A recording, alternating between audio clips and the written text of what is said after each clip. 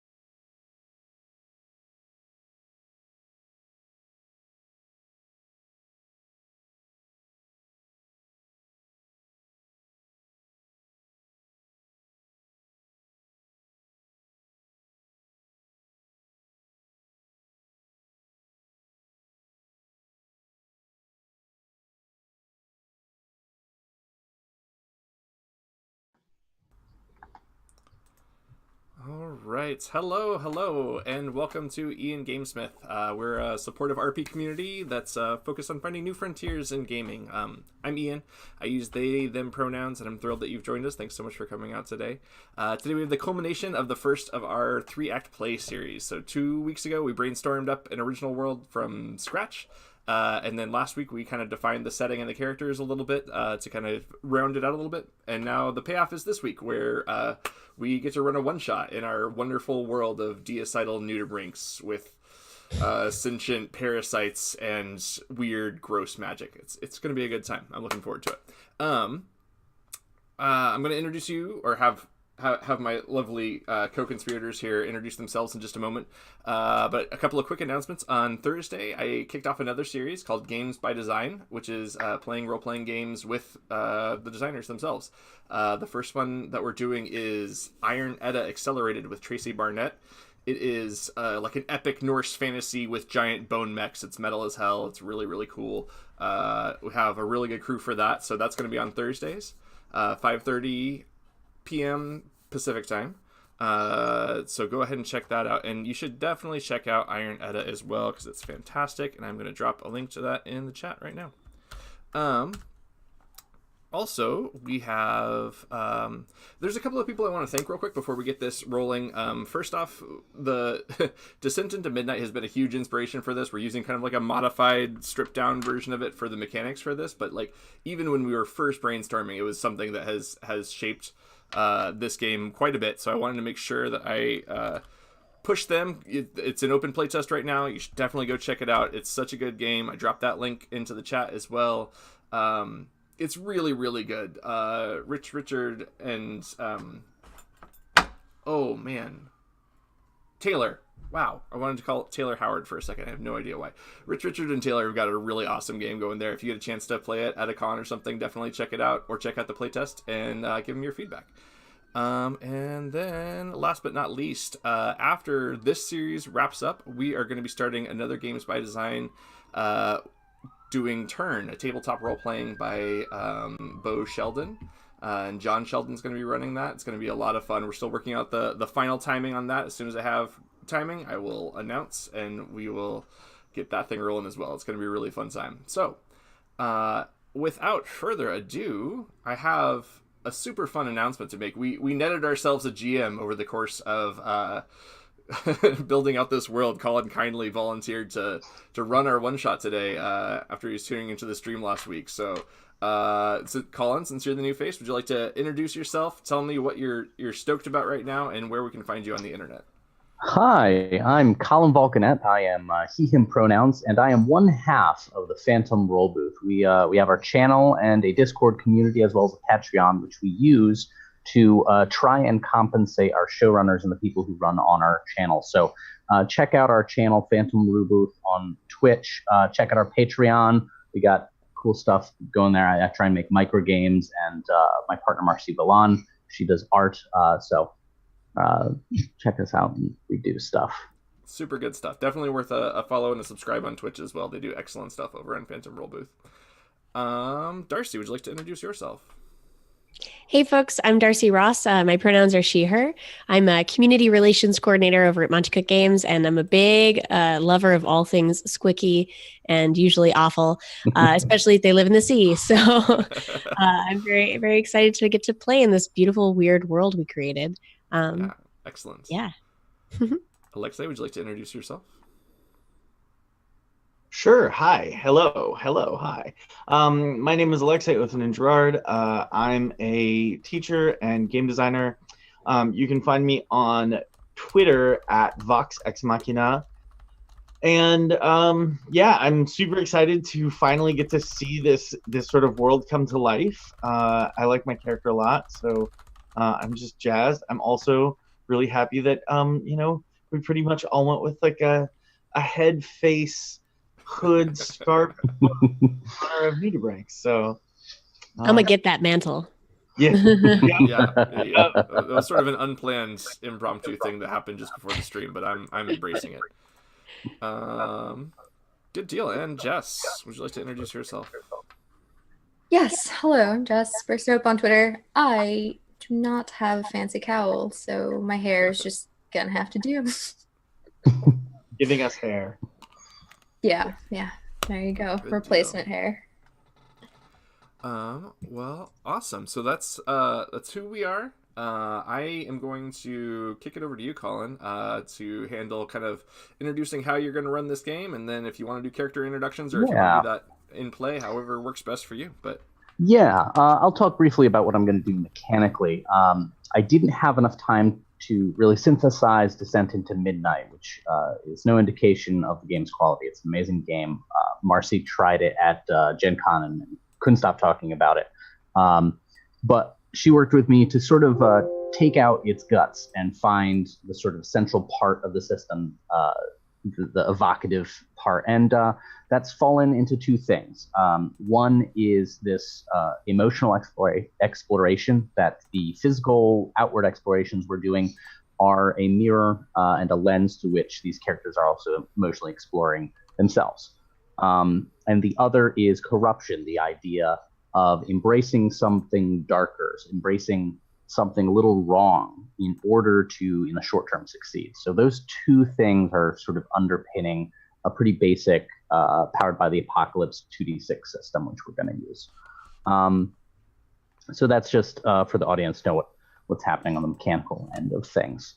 And without further ado, and in those days, the age of synthesis, there were some who wished to douse out a new organ trove, whose repositories of the divine parasites and biomodifications which had proven of such boon to the Theosteons.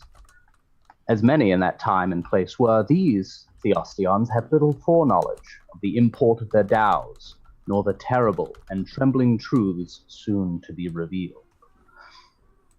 We zoom in now on 4 Theosteons in particular. So everyone, introduce your character, who they are, what they sort of do for a living, as it were, and finally, what is their emotional strength?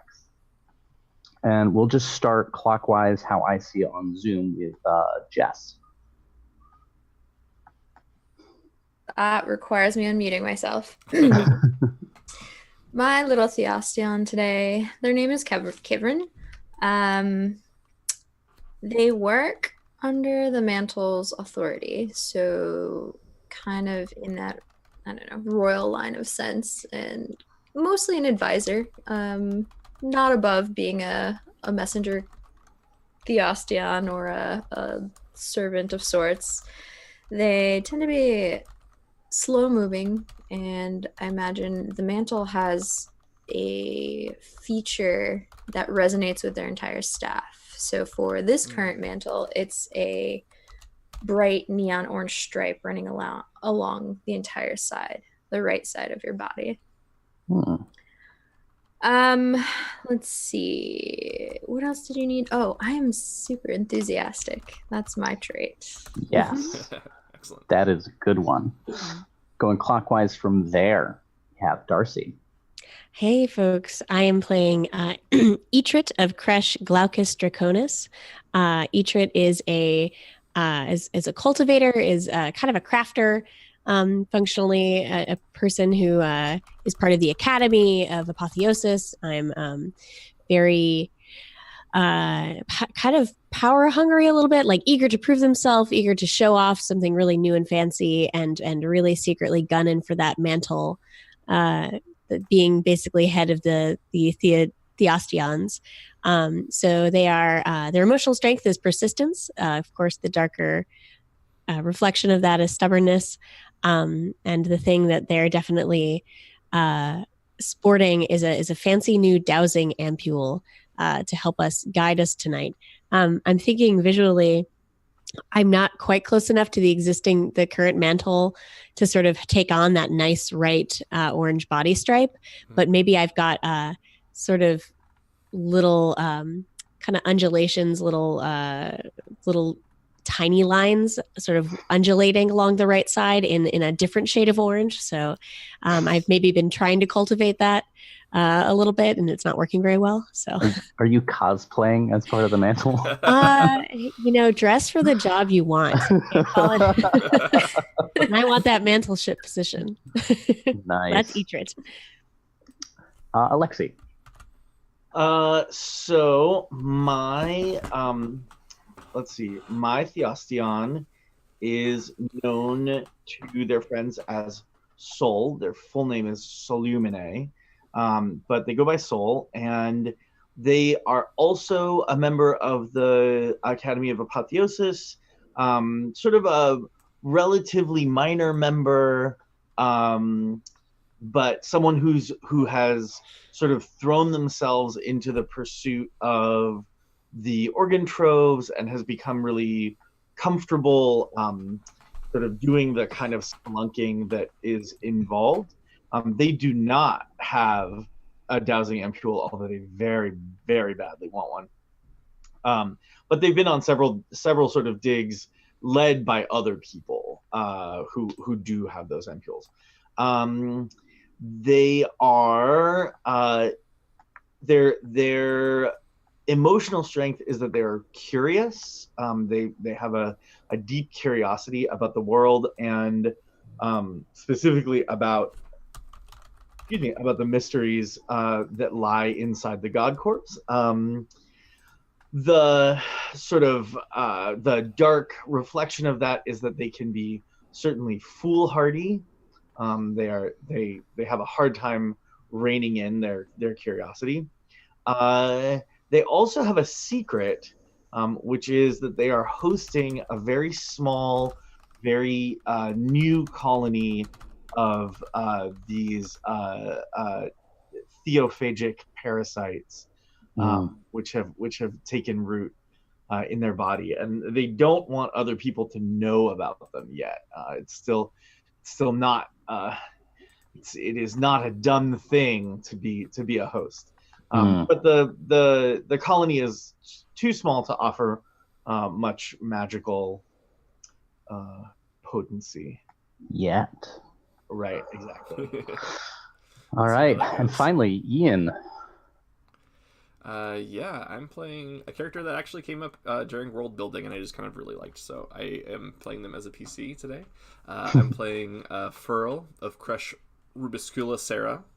I'm actually Kresh mates with Justice character Kivren, so we grew up together in the same Kresh, had a lot of like formative experiences together. Furl is a member of like the honor guard of the Serrated Court, though, so they are very like they have a custom built kind of chitinous hard suit around their fleshy Nudibranch body, and they are it's actually augmented with parts of the god body from the organ trove, so it's harder than even like they would be able to craft with their normal biomechanical technology. They are their virtue is valor, They are have a very strong sense of honor, strong sense of kind of higher calling and purpose, and they have one of their kind of quirks is that they are uncomfortable with the body plasticity that the Theosteons express. So that's part of the reason that they're so focused on encasing themselves in armor, is because they want to self-define and self-regulate, not be so swayed by their emotions with respect to other people. Okay. We begin this adventure, such as it is at this point, with Kivran.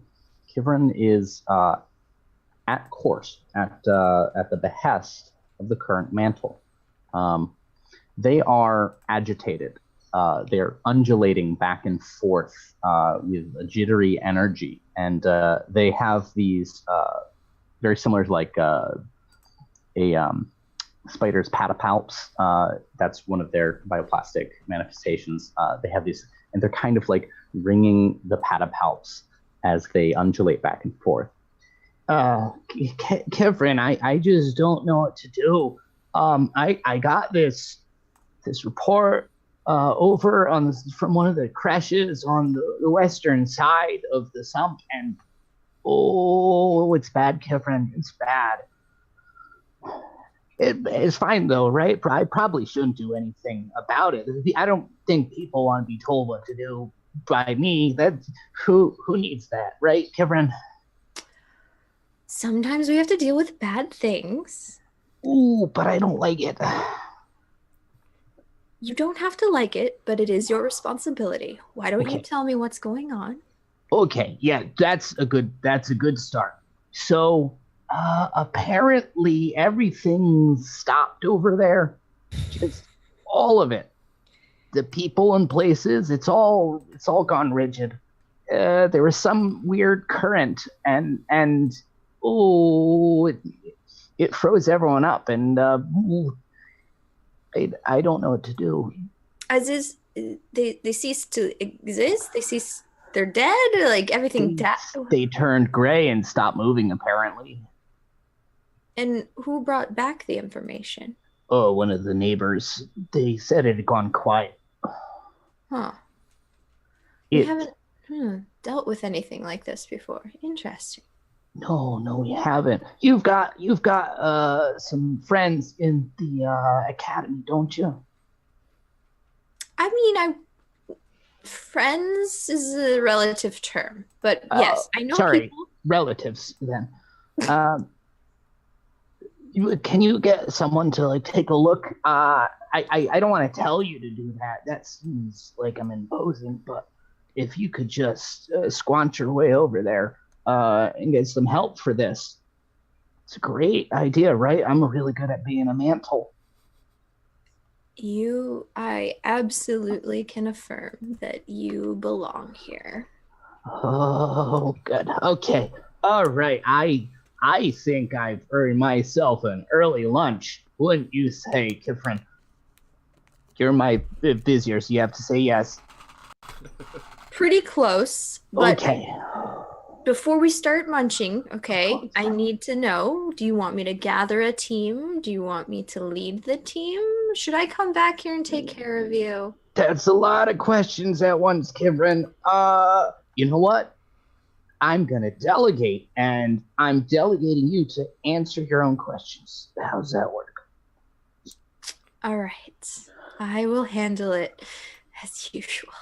Oh, good. All right. Yeah, it's going to be a great lunch, I think. I'm thinking something fried. And your mantleship, just one thing. Please, if I'm gone doing this for you, I'm going to need you to do one thing. Ooh. Really focus one thing. Body language. Body. You lost me on that one. Language. What was the first part?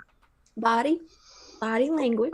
Okay. I need you to be a little more mantly with your language. Try holding your little fronds together like this. rather than this. Okay? I want to. Beautiful. You look like a great leader. Go ahead and we'll make this. This is going to be our first roll. Oh, heck. Roll calm. Yes, that's with the D8 with the dice that I don't have. Oh, right. It's okay. I'll pull it up on my schnazzy phone. I know how to do that. So you're going to roll 2d6 plus your calm. Eek! Plus my calm. Remember, I have -1 to that calm. Oh, good. It's like someone remembered that. Yeah, I got a 9 total. Okay, so 7 through 9 means it's essentially success with a cost. In this case, you do manage to get him to kind of calm down and like be more manly, and he's going to be focused on that rather than sign the orders to officially make you the leader of the expedition. So you're going to have to rely on your own ability to convince people that no, I am the leader of the expedition. Look at my stripe! I know this. That's fair. We move now to the Alexi. Tell me about your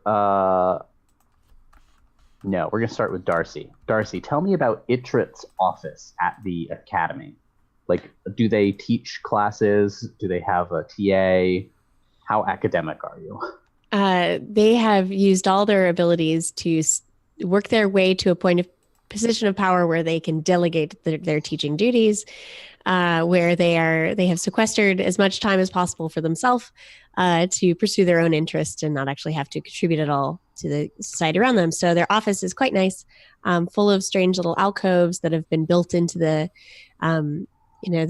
academy has a really cool kind of organic building full of hollowed out little areas, and they have a kind of office that blebs out on top of it, and so it is has lots of surface area to the outside, and on those walls we have names for them. Lumiskeens, is that how I pronounce it? Yes. The super cool bioluminescent algae stained glass windows. So there's lots of those illuminating curios and workbench and some weird kind of experimental armor up sort of hanging from sort of some hooks and things. So it's a weird wizard's treasure trove. Perfect. So what kind of research is Itrit doing right now? What is their current sort of obsession? They are so they've got this dowsing ampule, which I think is embedded in sort of a chest region, sort of on the ventral side, and I think it's some kind of many-faceted stone-looking thing with a weird glow to it, kind of a pulsing energy. And they have they've got like a little sheath that you could hook on to any random part of your plastic body to sort of give it some armor, and they've got a whole bunch of stuff they're trying to attach or paint on to that piece of armor to see if it resonates with the dowsing ampule. Just trying to soup that up, and it does not seem to be going anywhere, but they're fervently working through component after component. As you're working, the door nictitates open, and in squirms the department chair. They are a very flat nudibranchs, like very thin. They move almost like an eel. And this professor is named Spong, and Spong is very gray, speckled through with these very blue and green flecks, and notably has like 9 different tentacle eye stalks. Ooh, nice. And undulates in, goes, Isrit, I think we need to talk. God dreams of you, I'm sure, department head. Please come in. What's this you're working on? He says with no actual interest. Ichrit launches into a very highly technical and mostly mumbo jumbo explanation of resonant energies with the new dowsing ampule, which of course it is a great honor to have received, et cetera, et cetera, et cetera. Very flowery. Of course. Yes. Yes. Of Puffing course, up more and more as both, they talk. We both know what those words mean. But, Ichrit, do you know what day it is? They have they've got a charming little like hooded dorsal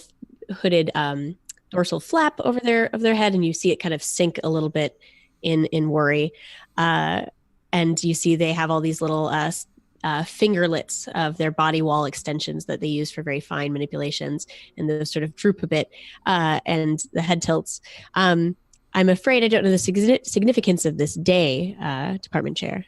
It's interesting because before you reassigned your personal assistant to teach most of your classes, they were responsible for your schedule, Ichrit. And today was supposed to be, about 30 minutes ago, a review of your research here to see if we'd continue to fund it. I assure you it was more efficient for me to continue working on the research for which I am an asset to this university. So I'm sure you can understand. Ichrit, I understand a great bit, but what I don't understand is your continued disrespect of this institution. And I'm going to say that this is going to be, he's challenging your sense of community here, and threatening to give you, in this case, the condition isolated. So give me a 2d6 plus community if you want to resist that. Excellent. I do want to resist that because for all that Ichrit is acting selfishly in a lot of ways, they are also they think that their creations are actually going to benefit the community. They do have a community +1, and I rolled a 9, so a total of 10. Sprong seems to soften a bit, like literally just kind of melts down, so it's no longer looming so tall over you. Look, you are what we in the academic community call an actual academic and not a teacher. I think we all understand that. But time after time, you need to perform services here for the academy. And well, we've got this request from Mantle's office, and I'd like you to at least meet with them and see what they require. For the good of the academy and our broader community, I will take upon myself the seriousness of this Mantle request. That's good, and I like the color of that, I suppose. And then he just turns and undulates out. Excellent. I respirate a sigh of relief, and as soon as he leaves, and start gathering. Why are you like this, Mercy? GM intrusion. It's fine. This is just my life now. Randy must always make a presence. Yeah. Ichrit starts frantically gathering strange objects.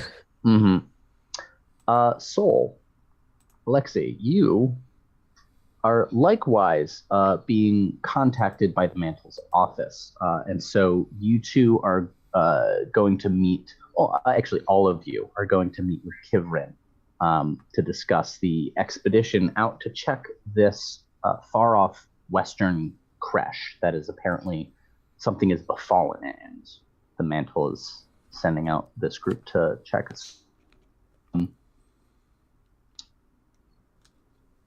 How do you all, well, where do you meet? Where does Kivrin set the meeting initially?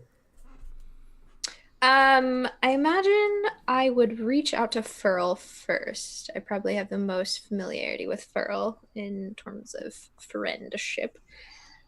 And I asked them, small talk, catch up. How you been? What's going on? You got like a hard shell now.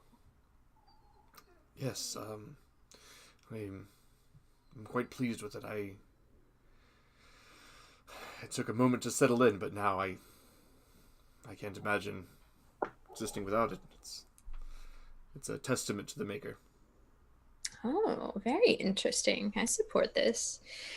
Okay, well, I have a new sort of problem that I am responsible for finding out what's going on in Order of the Mantle. And there is a certain, we're calling it the stillness that has wiped out a creche. Apparently, everything's grayed out, frozen over. Neighboring creche has brought news of it, and we need to go investigate what exactly is causing it. I imagine we can find some other folks that would help us with this. Are you going personally? Would you like me to go? Well, if you were going, I'm afraid I'll have to insist on going as well. You are too vital an asset to the court to go unprotected. Are you calling me squishy? I think we've spent enough time together to know that we have our own bits of squishiness. Fair enough, fair enough. I'm here to protect our people, right? So I feel like I should go. I wasn't given quite enough direction from the mantle themselves, so I need to kind of take charge here. Yes, well, I can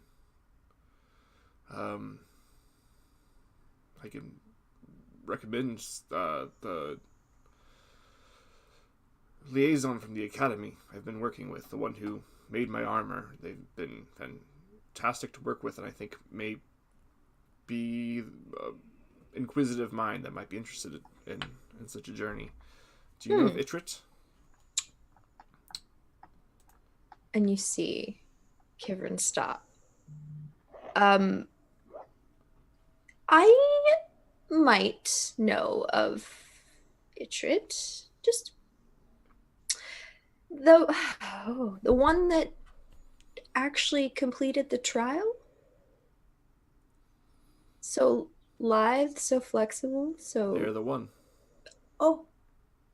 Yes, that would be a very good asset to this team indeed. I find them quite ambitious. This is not folly. She works hard to improve herself and her community. Mm-hmm. I think that they would be a good asset to this exploration, but I defer to your judgment, of course. We'll send out an inquiry to the academy. I suspect that they would be interested in seeing their work in the field as well. I mean, they kind of like flex their, like little armor vents. Oh, naturally. Yes, that's an impressive feat. I am intrigued. Hopefully no danger falls upon us, obviously. You look big and strong now. We probably need another, but maybe we'll defer to Itrit to find the last person. May be best for their comfort. Mm-hmm. Their comfort. And that's how we would send a note to the academy. And then we would meet probably on the outskirts of the Mantle's like general courtyard space. Mm-hmm. When you arrive at the courtyard space, there's already a Theosteon there waiting. It is none other than Alexi's character, Saul. So Saul is not exactly waiting. Saul is actually like busily pacing back and forth, kind of like flitting back and forth, around pillars and kind of trying to get like a better view, and zipping back down again, and then like writing busily in a notebook and then closing and then thinking and then writing again and then trying to get back up again. Upon seeing the scurrying of this character around the courtyard that I'm familiar with, I would be like, as much as I can get down with being really enthusiastic about a space, I'm going to need you to like take it down just a notch. This is the royal courtyard. Don't touch everything. Look with your. Are you the task force that's been sent by the mantle to help the crash? I hear it's bad. I hear it's pretty bad. Well, it's not great, but we need to go seek out with our own senses to figure out what's going on. Pearl It might not be as bad as what they're saying.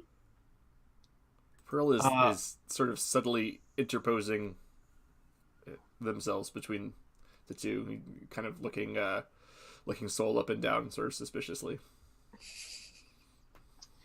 I'm an envoy from the Splunkers Guild.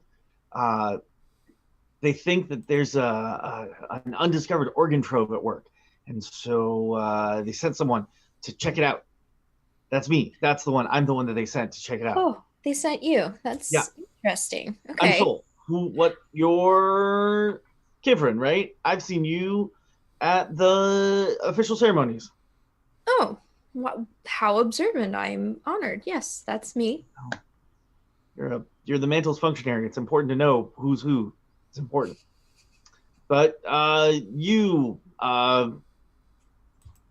hard person, shell person, I don't think I know you. I'm Furl. I'm part of the honor guard of the Serrated Courts and crash mates of Kivrin. Oh, great. Good. Well, I'm glad that the two of you individuated nicely. As I can see that you're both very different. That's nice. That's good. That's shows a lot of maturity. Anyway, can we get going? Are we, I feel like there's sort of a time, people have died maybe, or are held in some kind of hideous stasis. I feel like we should maybe move on. And what do my eye stalks behold? But is that fine armor gleaming? Is that you over there, Furl? Oh. Master Itrit, it is good to see you again. Itrit walks in with, undulates in with just so much, being puffed up and gleaming, and a big old sack of weird stuff toting behind them. Would Itrit know that Soul is gallivanting off, not teaching their classes? I think we decided that Soul and Itrit aren't connected that way. Oh, we aren't. But I think that Soul immediately sees the dowsing ampule. Yep. And is sort of like very trying as best they can to like keep their excitement down, but they're very like, oh, you have an ampule, that's impressive, that's very interesting, that's very cool. I don't know you, sorry. Excellent. The academy and all of us are very interested in seeing what can be done about this stasis, and also seeing what we can learn from it. Kivrin, as always, it is good to see you. I hope. I'm trying to think of what all the good greetings might be for this Theosteon society. I hope you're walking. I hope you walk lightly on the bones. That's a good one. Indeed. Yes, great. The party is all here. We have carefully chosen one another to keep balance. We're not quite sure. Our information is limited. The sense of urgency that Saul provides to this party is important. However, I do suggest that we tread lightly. We not rush into anything. So you, if you're heading out, you are led there by the Theosteon who first discovered what had befallen Kresh. They are a very small Theosteon, at least half the size of Furl, who I imagine is a little bigger than the average Theostion, but nonetheless, this is a tiny little slugling, and it is very apparent how new they are, born from the crash, and it's very tragic that this is one of their first experiences. You can see already on their ventral side there's a thin cross-hatching of black that has begun manifesting on their back, as like a sign of stress from all of this. But they inch along ahead of you, nervously extolling what had happened. I usually head over to that crush because they like to play slime ball, and I made some friends over there. But when I got there, they weren't playing slime ball. They weren't playing anything, and I was wondering if it was still dark out, but it wasn't dark. But there were no colors and everything, and that made me wonder if maybe that just happens sometimes. But sometimes it doesn't just happen. It turns out this is a big bad thing that's happened. Everyone was gray and no one was moving, and I didn't think they were dead. Well, I thought they were dead, but it didn't turn out to be that they were dead, and they're just not moving or doing anything, and all the buildings are just gray and everything seems lifeless. And I just wonder if this is just how life is sometimes, maybe inside, maybe outside. I don't know. I'm just still trying to figure it out. I know this was hard for you, little one. And you're allowed to share those feelings. But slower, please. So I was heading to play slime ball. We got that part. No, We got faster that. than that. Yes, that's okay. So they do calm down a little bit. Perhaps being in the presence of these four seemingly capable Theosteons has helped ameliorate a little bit of their worry. But they will share if you have any particular questions before you get to the still crash. What is this Theosteon's name? The little one? This Theosteon's name is Yik Yik Yik. Can I call you Yik? I'm gonna call you Yik. That's a good. Listen, Yik. Okay, so what were people doing when you saw them? Did they look like they were scared, or was it just sort of like? No, they just looked like they were laying there. Oh, they're laying down. They're not like standing they up. were very flat. Everyone's very flat and laying down. Oh, that's not good. That's not good. Medically, I'm not a doctor, but medically, that seems not good. Definitely, I'm not a doctor. Took some classes, audited some medical classes, but I can definitely say people laying down flat that's not good. That's not good at all. Not at all. Yik yik yik. Did you see any movement at all, or was it all still? I saw movement in the currents overhead. There was, I don't know how to describe it. It didn't have a color, but it was a different color than everything else. And it was sort of drifting through the crash. You'll see it soon. And very much, as soon as you crest the next hill, you see out before you is the crash, this beautiful geometric pattern of tubes and buildings, all of it slate gray. And sort of weaving through it in the currents of water, there is this pearlescent something. It's like a thin ribbon of color, like some other water or oily substance has been in the water now, and it very much covers the crash, but as it pulls back, it narrows to a sort of trail. And it is pearlescent white, sort of this oily white that has flecks of black, gray, and beige in it. So we all can notice that as we get closer to these. Yeah, it's impossible not to notice.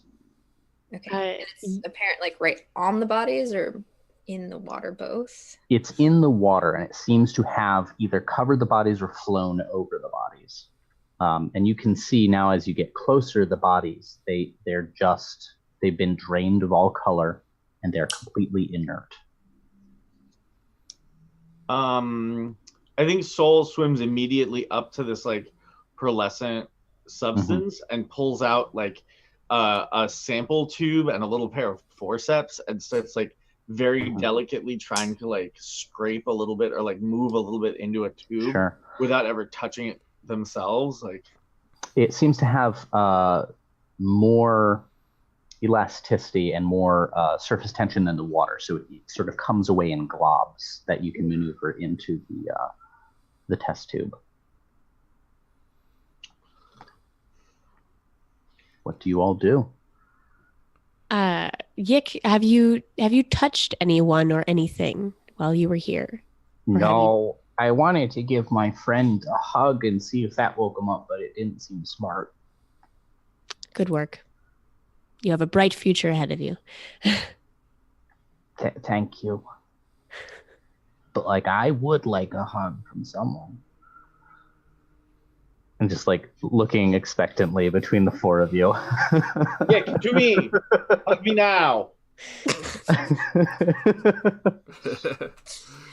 Everything will be all right. But like one more time with feeling. Yeah. Everything is going to be fine. We have some great minds here who will definitely get to the bottom of this problem and almost certainly won't be turned to like gray lifeless goo. Okay. Are you holding your little vial as you do this? What's that? Are you holding your little vial of Yeah, definitely. Yeah, I have the vial in like one pseudopod. Ooh. Ooh. So I'm gonna the kind of the side armor bits of Furl's chitin can like flare out and sort of form like a shield. And they're going to position themselves and kind of like with their shield extended, trying to get Itrit and Kivrin between you and them. Yik. For the moment. Yeah. Oh, goodness. Careful. We don't know what that is at all.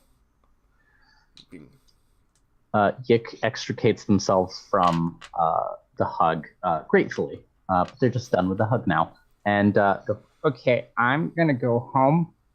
If you wake up my friends, can you tell them that we can play slime ball at my place this time? Of course. Okay. Thank you.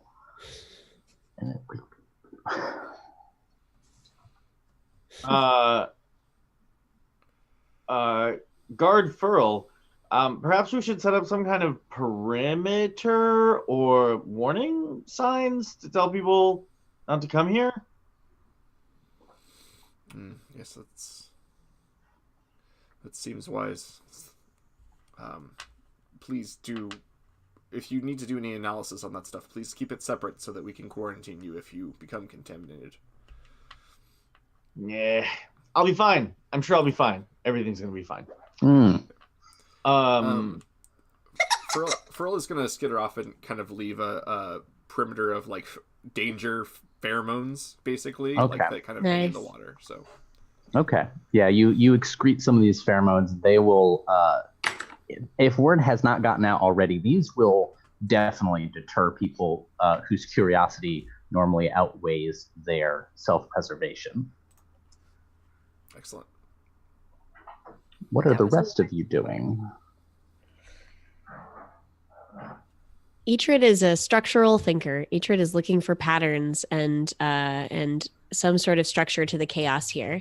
I'm not sure if they'll find it, but they're going to be kind of taking some time to not get too close to the stream of pearlescent material, but they are trying to see,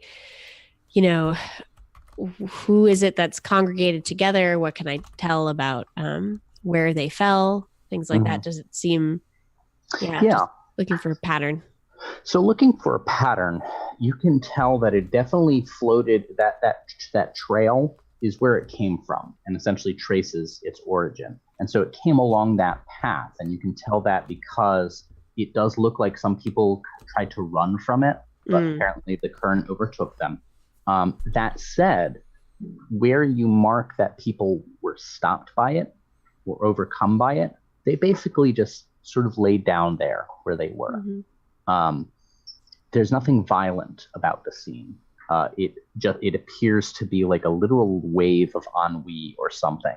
And examining these bodies without directly interacting with them, you can tell they are alive. They are respirating. They are non-responsive to anything, though. I've got some sort of force, some sort of contamination here going on, but it's not entirely malignant. And why did it stop here at this crash? Why is it not taking over anything else? Hmm. Is that something you'd like to investigate? I do. I do. Kivrin is definitely looking at the whole picture of the community, not crash by crash. So, Okay. In that case, go ahead and roll community, I think. okay, that's fair. So that would be 2d6 plus my 1 in community. Oh, well, 8. 8. So I will give you a choice. Do you want to have an answer to your question, or do you want to have no contact with the pearlescent tide? Good. I feel as though Kivrin is not nearly as scientific and pragmatic as someone like Etrid, or as studious as Soul. So I'm very frantically trying to figure out this as quickly as possible. So I think I want the answer in sacrifice of maybe coming in contact with it. You sort of flit a circuit around this creche, and you make note of where it seems to be the pearlescence seems to be immobile and where it seems to be moving. And where it seems to be moving is sort of to the northeast, and where it seems to be inert seems to be the southeast. And we get there, you kind of take note of the current, and you see that the next sort of buildings to the east on the southeast side are very tall, but they're very short comparatively on the northeast side. So the current is likely sort of crashing into this thing and sort of rolling back on itself. And that is seemingly helping keep the pearlescence from extruding further. But as you get to the northeast, you see that won't hold for long, because those shorter buildings are slowly allowing the pearlescence to curl up in that direction. And when you do go there, you are briefly pulled sideways by an ebb of current, and the side of your body brushes against this pearlescence. We're on the good side.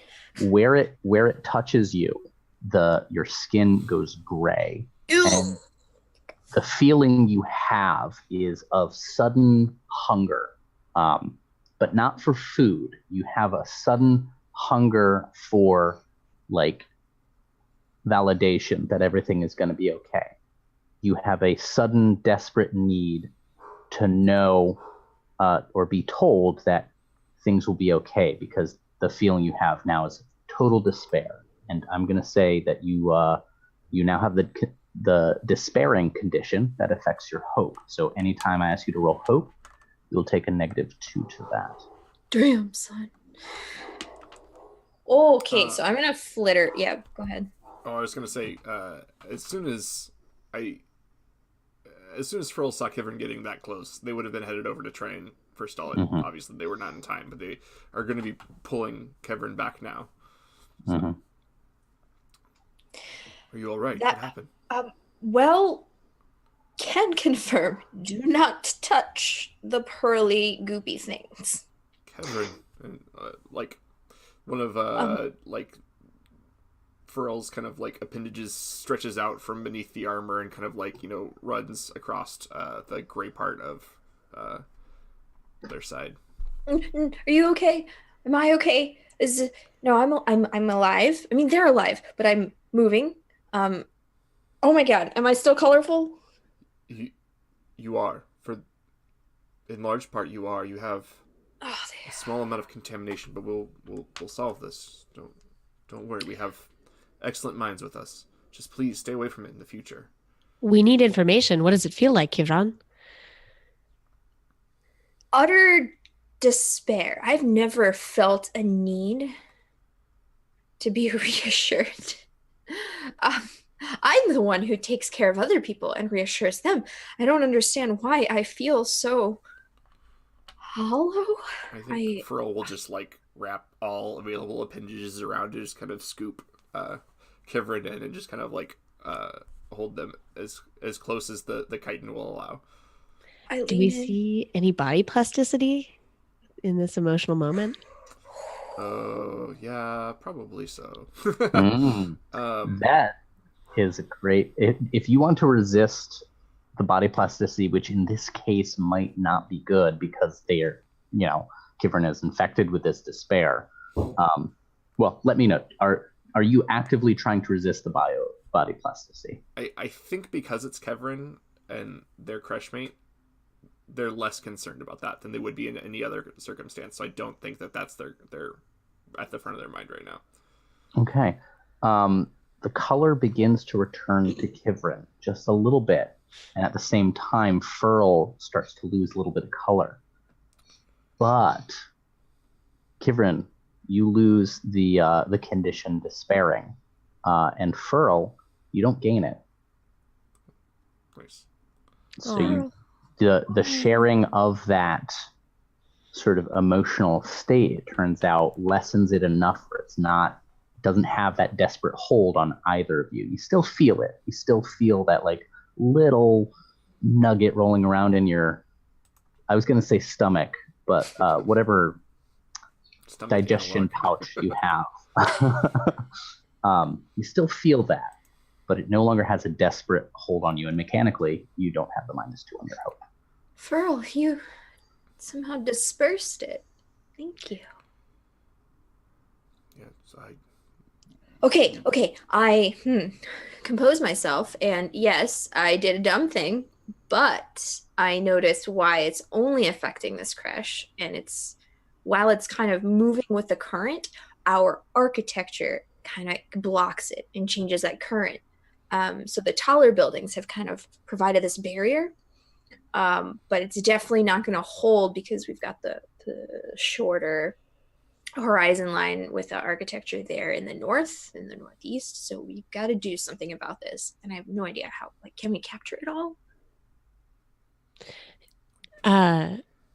Do we think it is being drawn in the direction it seems to be going, or do we think it is being pushed in the direction it's going? That is a good question. Is that something that you are risking infection to find out?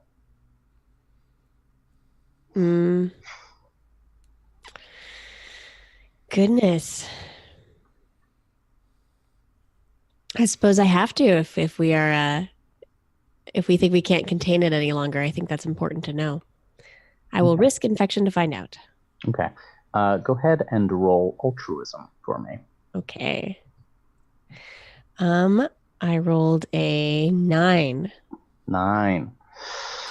Okay. Having seen Kivrin and their experience, you're not taking the same risk. And the area you're investigating is not nearly as volatile in terms of the current's movement. So you do manage to get a look.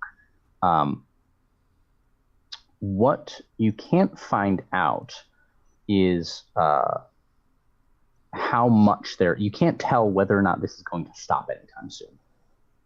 But you do notice that there is some kind of capillary action to it. It is being pushed rather than drawn. There's not a vacuum sucking it. It does seem to be some kind of push pump sort of at its whatever origin point it has. But you can't tell how long this is going to go. There's no indication of it tapering off. I'll delicately sort of share this information.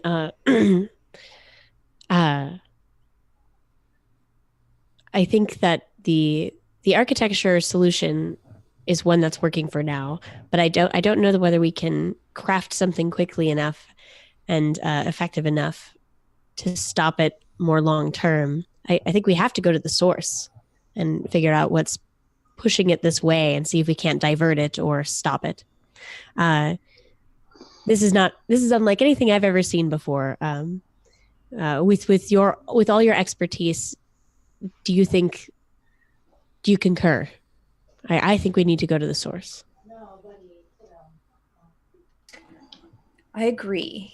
The urgency to figure out the source and the origin point is of utmost importance right now before it spreads. We should swing wide, though. I follow it parallel, not directly over it or anything like that. I don't want to risk any additional contamination. Mm-hmm. Can we go under it? Is like the town itself affected? I'm sorry? Like, can we go, like, if we're going through the town? Like, I picture most of it kind of current flowing above. Or is it like still? And like there are tendrils that come down into it. So you can navigate the town if you're careful. Army crawls. Got it. Yeah. But you can avoid it. By now, you're starting to get a feel of how it's moving and where it's going. So you're not in a lot of danger. So you can start to track it. And once you get out of town, it tapers up in above you into a long ribbon of this pearlescent oil, as it were. You can move under it pretty simply. But as soon as you crest sort of the other side of the town, it stretches out for a while. This might not be a casual trip. And the question is whether you want to hoof it metaphorically or maybe try and find some means of transportation, anything like that. Ooh, what do Nudibranch Theosteons ride? One thing we'd said was that we're the kind of the biggest thing around. Right. Now that doesn't mean we can't hop along. Oh no. Oh no. Should we take a minute? Sure. We lost Alexei, so we're going to take a break while I see if we can find him and readjust cameras. Excellent. Give us one second, Prince.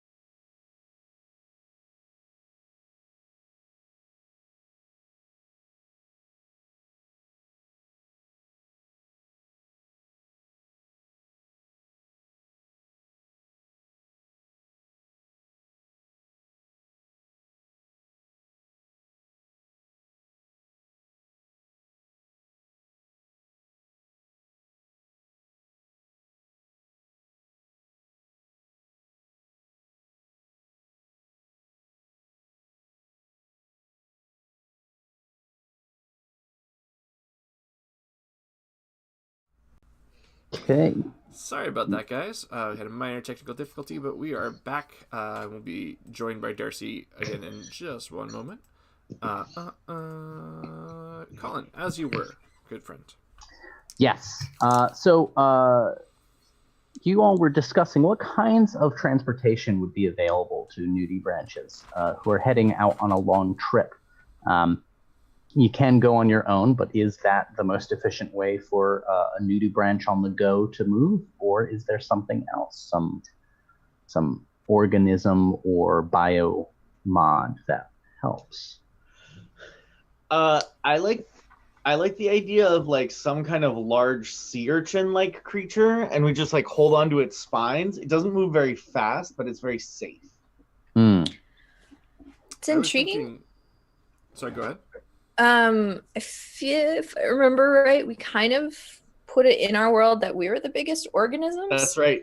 You're right. 100%. So we could probably construct. I would argue that we had some sort of technology to construct something like a little school bus. I am imagining a kind of like sea cucumber that you ride. Have you ever seen a sea cucumber move? Yes, it's horrible. It's horrible.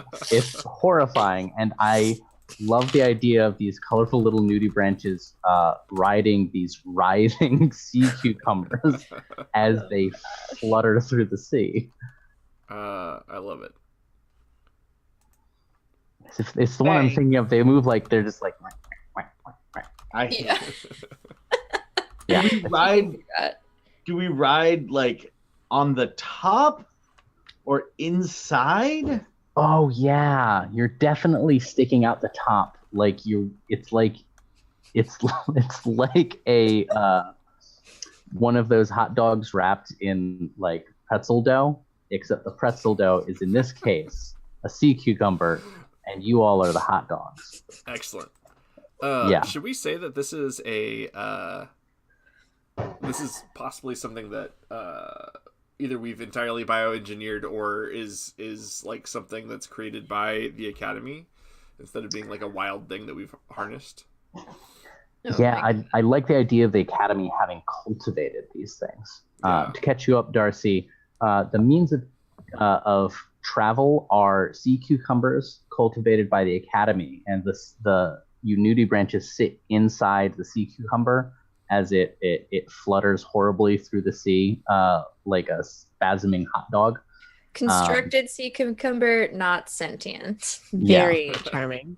Yeah. Yeah, it's actually like when you're inside it, you use your foot to like manipulate certain nerve clusters to make it move. Morally, I feel weird about that as Darcy, but I'm positive Eatrit is here for it.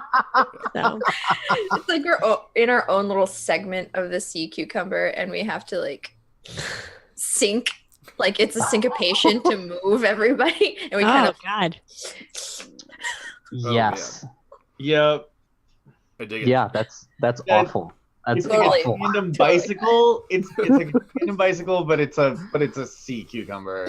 Yeah. Yeah. Very good. That's Thank you. great. So Thanks here's the question: which of you is going to negotiate with the Academy for use of these? What are we going to call them? Travel cumbers. Pedicube. Would you actually think Eatrit is in good standing with the Academy? Mm-mm. Not at I all. think that first scene. Yeah, we had I was hoping that was like just that dumb head guy. It's fine. Kieran would definitely go and try and say like, in the name of the court, and you should just give us this little travel thing. It's of utmost urgency. Okay. I will be large behind And imposing, them, yes. and, yeah, just kind of Okay. trying I to will give give you- officialness to it. Kivrin gets go ahead and roll plus hope, and I'll give you +1 because Furl is helping indicate the seriousness of this matter. That this is not a casual request. Not only are you a member of the Mantle, but also, this is for work. This is not a pleasure ride in the cube. Excellent. So my hope is +1 and I get an additional +1. Yes. Got me a 12. Kinoped. I love that. A Kinoped. 12? Fuck yeah. Okay. Yeah. Give me You're that. lucky. You're lucky enough to get one of Itrit's students, and they are so starstruck to actually get to meet the professor that they've been technically studying under for the last couple of years. Oh my gosh. That's so good. It's fantastic. And they're like, so let me get this straight. You're from the mantle, and you're actually Itrit, and you have that really awesome exoskeleton. And That hi, Itrit nice to meet made. you.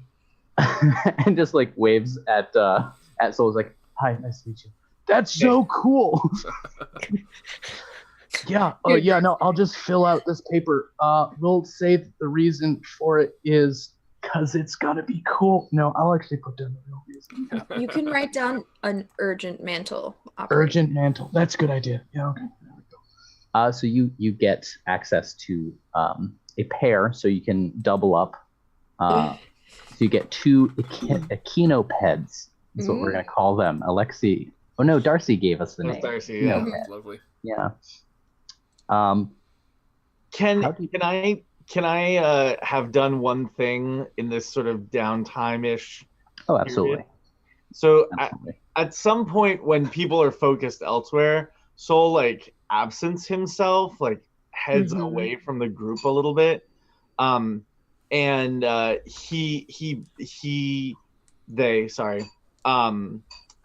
Uncap this little vial of the sample vial, and express some of their parasites, Nice. and like have the parasites like sort of taste this substance, and like the idea is that like if any of the parasites get infected, they can just be like jettisoned. Like there would be very few that would be harmed. They wouldn't like pass the infection up, but like by seeing their reaction, Soul is going to like learn about this substance. They're going to know more about what it is by watching how it affects and interacts with the theophage. Good call. Okay. Oh, damn. I like that. Trying to think if this is going to be... No, this isn't a roll. Okay. I don't think you're particularly risking anything because you have plenty of parasites at true. hand. And you can, like you said, just not take back the ones that are infected too much. You discover, unfortunately, very little new information. You discover that it does affect them, but only to a certain threshold. And in fact, you realize that these things might be able to help inoculate you. If you have some more, if you can get a little more, and during the travel, you can just dose your parasites a little bit by bit, they may be able to consume it if it touches you and like keep you from being infected the way that Kivrin was. But would I need more of this substance to do that? Yeah, you need like one more of this. You're basically trying to train them and get them to react to not eat too much. Okay. And consume a little bit. All right. Cool. Nice. So, who's traveling in such close proximity with who? Who's cuddling up in the Kinoped? I would take a front seat and casually pretend I don't care who is behind me. Frill's just gonna assume that they're gonna raid with Kivrin unless somebody else makes a motion to take that spot. So No, I think it's Kivrin and Furl in one, and then Itrit and Soul in the other.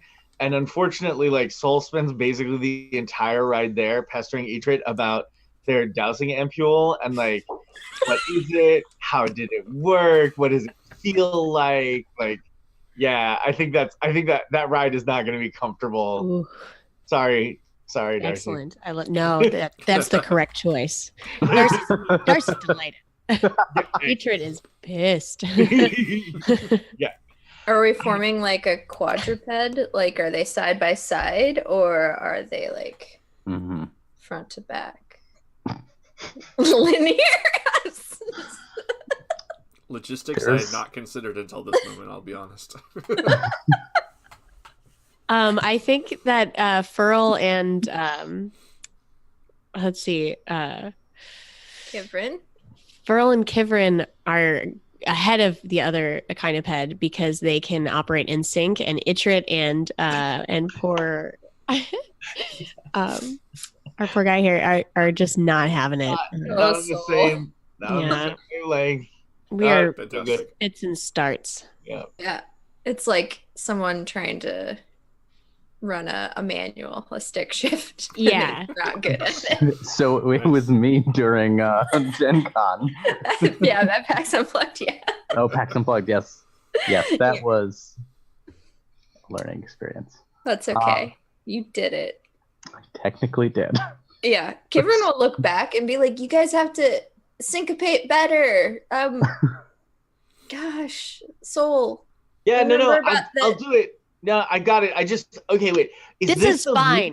Is this fine, everyone? No, but Idrit, is this the Ruby model? Because they came out with the Ruby like 6 months ago. So like, is it? I've heard it's really good. What's the processor speed on that thing? What simply couldn't describe the experience to another who has not had the implant. I'm afraid there's. I want the implant so bad. Okay. Perhaps overmuch. Ooh. Yeah. The more you want it, the harder it is to obtain. I once heard a wise mantle say that. Which one? Not the current one, probably. So, speaking of the ampule, I think we talked about it being an indication of not home, like the sense of not home and the sense of in danger. Yeah. You are indispensable in keeping the group on track because the feeling is not just of not home, but the closer you get to this origin, the more other you're getting. Very soon, you eventually come to a part of the god body that is rent, split, a giant fistule in the flesh of the earth, from which, in the far eastern part of it, this is where the oil is leaking out. The ground is a gross red green the closer you get to this rent in the ground. What do you do? Red-green colorblind.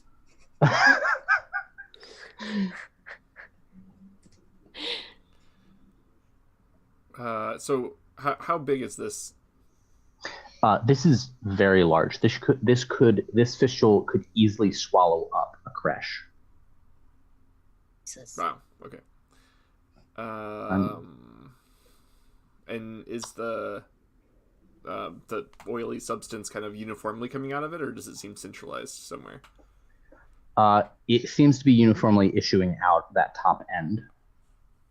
Okay. How do we plug it up?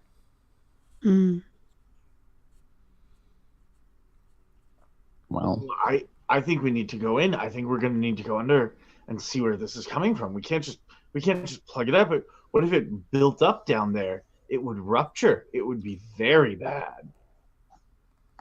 Soul's flitting around, investigating, and quietly tries to like scoop up some of the goop for one of his samples so that his parasites can acclimate to it. Easy enough to do. I think Furl is going to descend into the fissure at a ways from the oil stuff and kind of activate some like bioluminescent spines that kind of extend forward and kind of like try and bring some light in down here. Yes, very cool. So as you descend, you see the usual flesh earth of the god body around you. And ahead of you, there's like this gentle susurrating wall of the pearlescent fluid, leading down to this strange substance on the ground. When you actually get in the fissure, it's not bone. And you'd be used to, at some point you go far enough into the god body and you find bone, or there are bones, sort of in the divine flesh. This is not that. This is calloused. This is sort of built up. And it has, when you get down to it, a kind of springy quality, but it's very hard. This is not skeletal. What is this? Alexi, you would recognize this is the kind of substance you sometimes find organ troves in. It looks like an organ capsule. But this is larger. This is almost as big as the first organ trove. Just like there's no curvature to where you're standing. This is not just a little capsule you break open and find some new divine parasites or organs. Right. This is something else. And the pearlescent is emanating from that? Yes. It's emanating from where this meets the divine flesh. There is sort of a funnel right between where the two meet. You can see that it's been split open a little bit and is leaking out. Interesting. Okay. What could have caused such a crack? Oh, plenty of things. Natural deliquescence, parasite activity, subsistence in the god body, bone decay. Have we tracked bone decay in the skeleton? Is that a thing that we're concerned about? It happens. It's been seen to happen. It happens. The Spelunkers Guild keeps trying to bring it up to the mantle, but nobody wants to hear about it. But bone decay is a problem. And this is news to me. Go ahead. Sorry.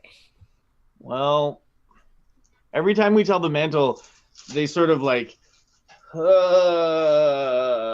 then their chromatophores activate and they disappear, and we can't find them.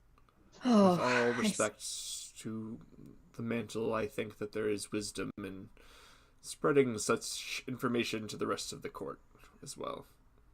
Kind of like looks meaningfully over at Cameron. We'll have to have a talk with the mantle again. I want to extend my little bioluminescent spine streamcat as close to the origin as I can and see if I can get any details. Yeah. The good news, the good news is that this is a much smaller source than the amount of fluid would have indicated. This is something you could patch up.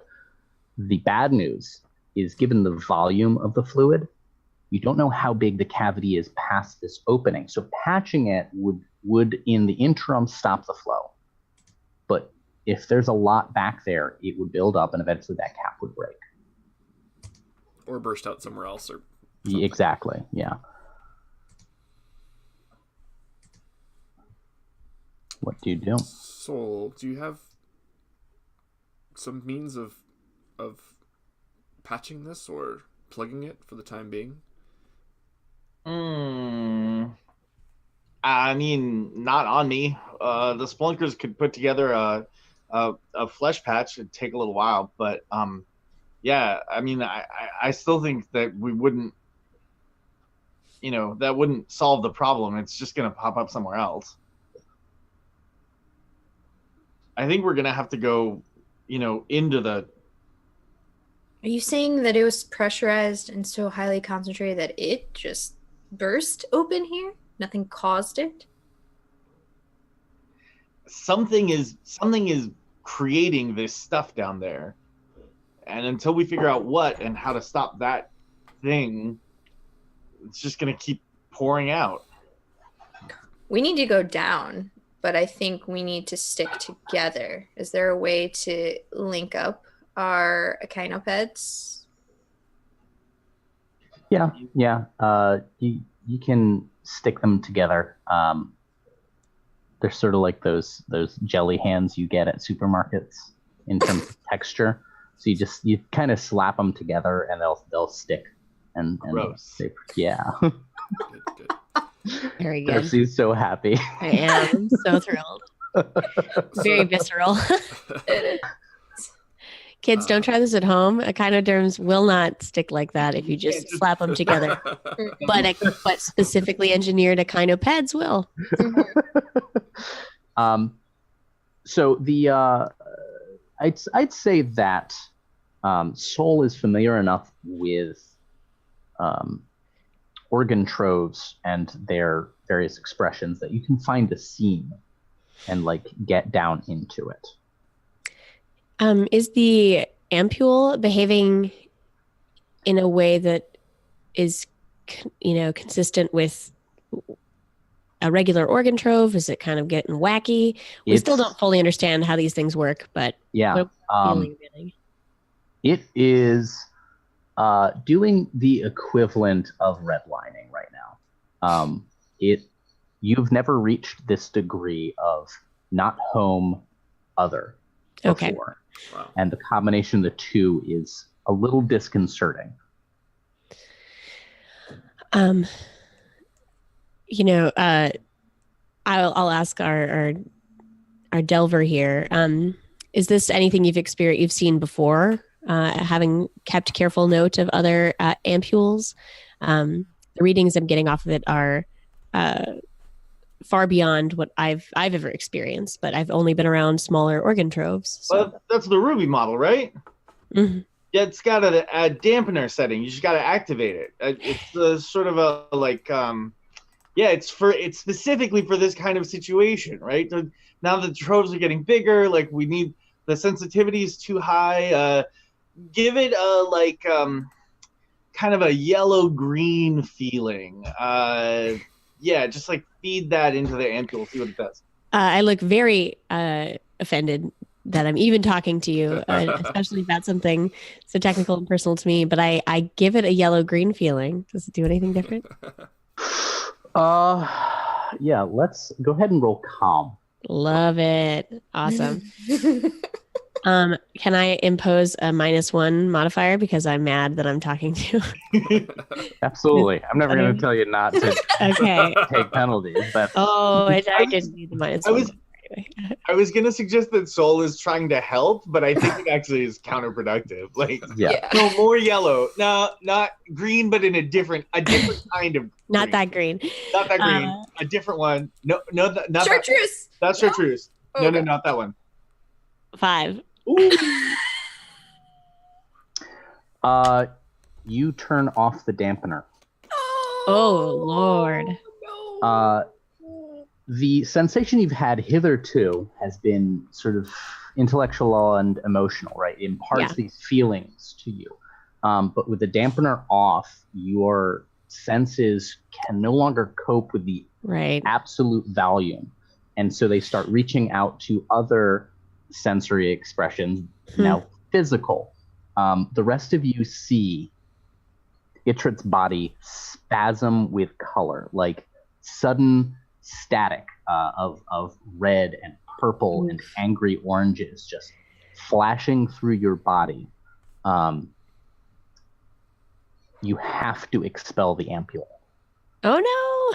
Like you don't get a choice there. Your body makes that choice for you, and it just blasts off of you. Wire. Excellent. I imagine this is all very painful, and I'm writhing, and I haven't even processed that the ampule is gone. Just still sort of dealing with the totally messed up body patterning that I have right now. Mm-hmm. When it settles, do I still look really different, or Do I just have a big weird scar on myself?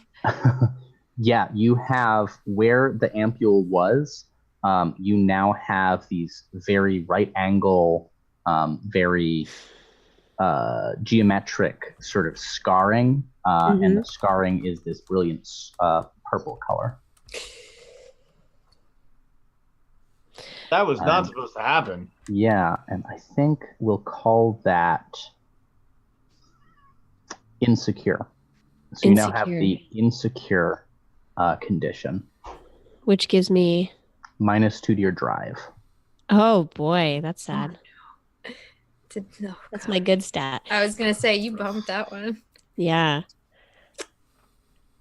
I think Ichrit just is going to take a minute, sort of cradling themselves, and maybe whispers to you folks, get that thing away from me. Soul's already grabbed it. Good. Mm-hmm. It's like hard to touch. It has this feeling of heat and electricity when you touch it. It's not going to harm you, but like it's uncomfortable to hold. Soul is like inspecting it. He's like, is this thing defective? What happened? It's really not ever supposed to do that. What? Ow. Oh gosh. The second soul was trying to coach Ichrit through like dampening it.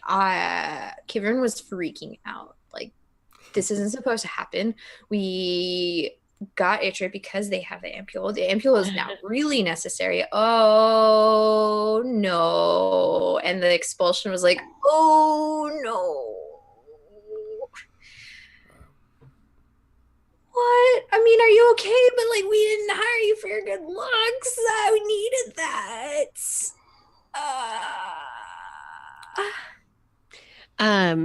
Ichrit kind of shields their face a bit and pulls their sort of mantle hood down a bit more. We can't delay any longer. We have what we have. You'll have to lead from here. I'm blind. All I have left is my equipment and what little I've gleaned about these areas. Hey, listen. Lots and lots of delves have gone on without a dowsing ampule. None of them have come back, but people definitely have gone down there without one. We'll be fine. That sounds. Do yourself a disservice, Ichrit. Your brilliance in crafting all manner of augmentation has nothing to do with that ampule. You still have much to offer and teach us. That's right. You did make that kind. Yeah. Furl's right. Are you okay? Can you proceed? Do we need to take a moment? We need to go. Okay. So, is there like an opening? Is there an aperture, or do we need to like cut into this thing? There is something like an aperture. Organ troves often have an orifice that you can find, and it's like a door. But you have to. It doesn't usually like to open, so you have to sort of open it yourself. But it's a weak point.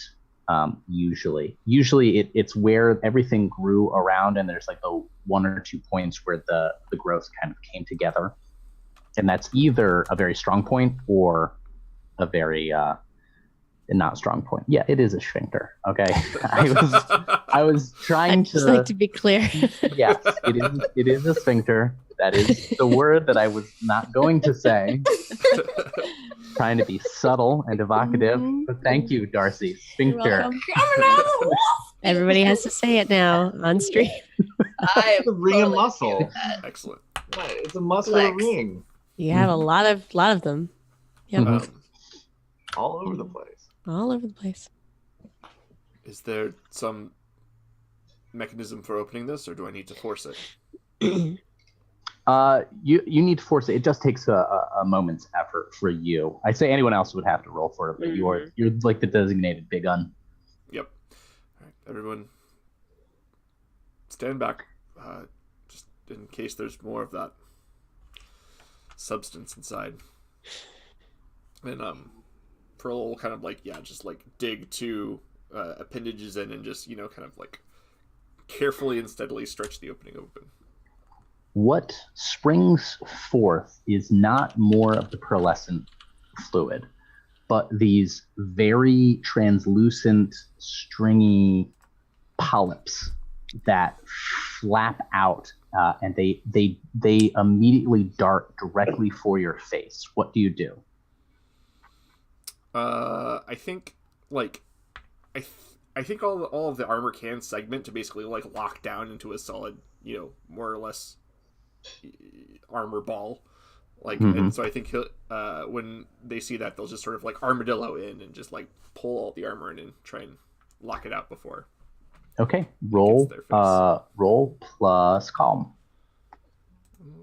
Fergal! Oh, I have a +1 calm. Woo! I rolled a 3 for a total of 4. Jesus. The polyps hit, and you feel them extrude like stingers into oh gosh. and it is excruciating. These are pain polyps. If your character has interacted with organ troves before, you would recognize pain polyps. They're a frequent manifestation that protects the organ trove. They're not deadly, but they inflict severe discomfort, especially when they manage to inject you, as this one just did. You got a 6 or less, so I'm going to inflict a condition on you. I'm thinking anger. Anger? Mm-hmm. I think when your job is to like protect people, including yourself, even these little failures tend to undermine that definitely. feeling of worth. Yeah. I think that once one of them got through and actually stung Furl, they're gonna pop all of their, kind of like venting mechanisms in again and just try and grab and squish as many of them into themselves as they can. Oh, You Fergal, gather. no. I mean, they're pissed that it happened and they don't want anybody else to get it, so they're gonna do the thing. Yeah. I'm imagining like when you grab a handful of like spaghetti and then crack it, put it in the pot, except you're just like gathering up all the polyps and just like snip and tear them off, even as it feels like hot lines of fire are being torn through your body. Yeah. But after that brief moment of sincere violence, there is kind of calm as the severed polyps just float away, and Furl has to like extricate stingers from their body. While they're doing that, their little bioluminescent spine kind of extends in. Is there anything else immediately dangerous? Nope. It looks like a single tunnel leading down into darkness. The way is clear. Descent into like afternoon. Mm-hmm.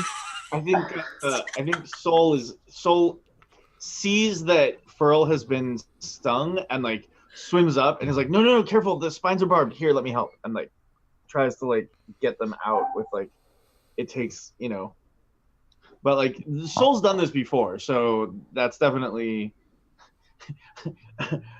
they're like, trust me, I know how bad these things hurt, but if you just tear at them, it's worse. Yeah.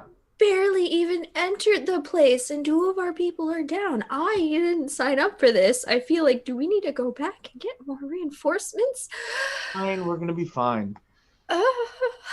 I'm completely fine, Kevin. Okay. We can go. Yeah.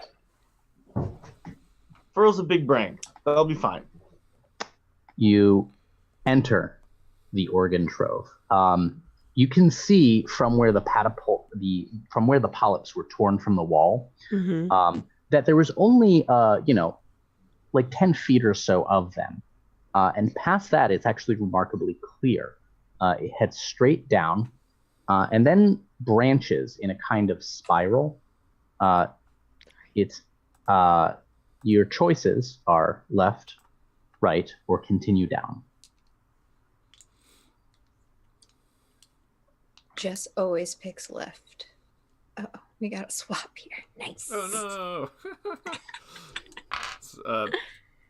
body swap AU real quick. Hold on. Left or down? Kivern will say.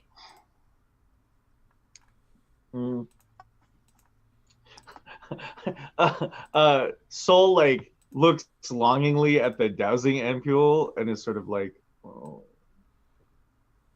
exactly what it would come in handy for. It would. You're holding it. You can't. So it was unbearable for Etrit, but you're holding it. You're bearing it. Yeah, but I'm not. I'd have to implant it. It's a surgery. It takes time.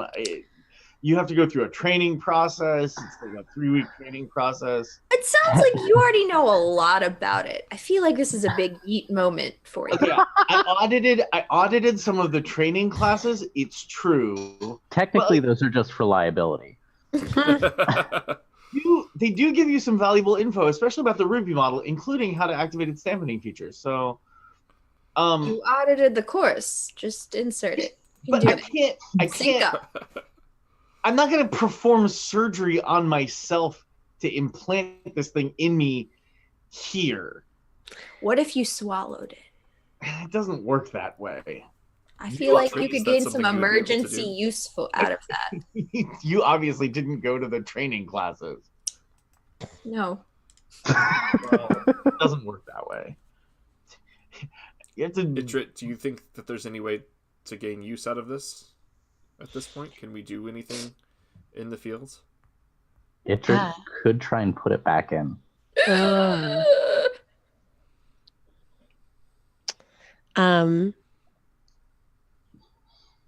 I think seeing Furl in their armor and putting themselves at risk for us, I take a minute and slowly nod, and I pull something out of my bag of tricks, maybe some strange film to wrap it in hopes that it will kind of have a looser connection to my body than it had before. But I'm, let's see. Do you need help? Can if we want to try placing it back in? Soul, there's a lot that they teach you in those classes, and much of it is not worth listening to.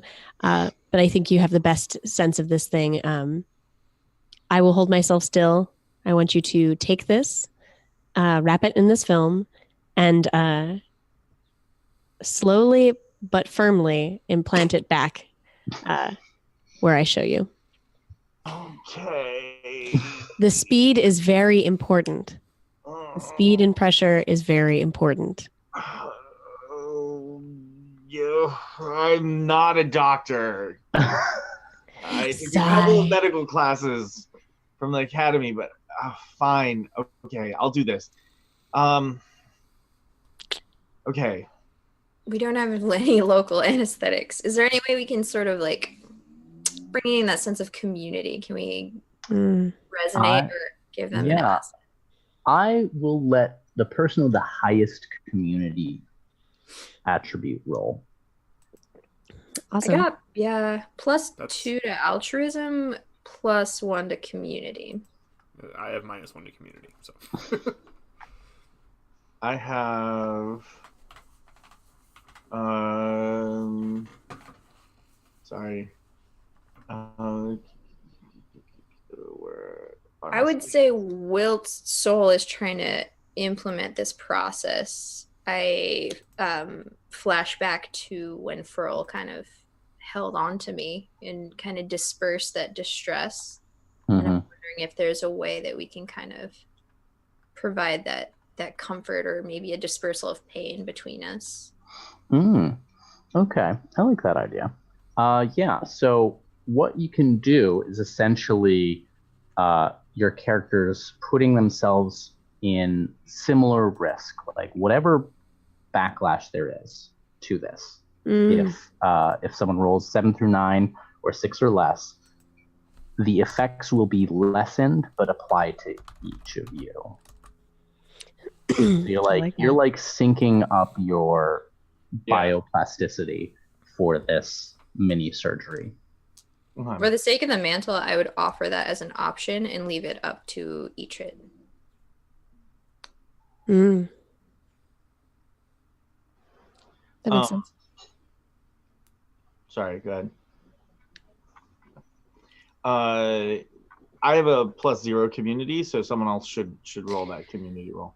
I'm +1, and but I feel like I'm in a bad state, so I'm wondering if our dear friend will roll for me.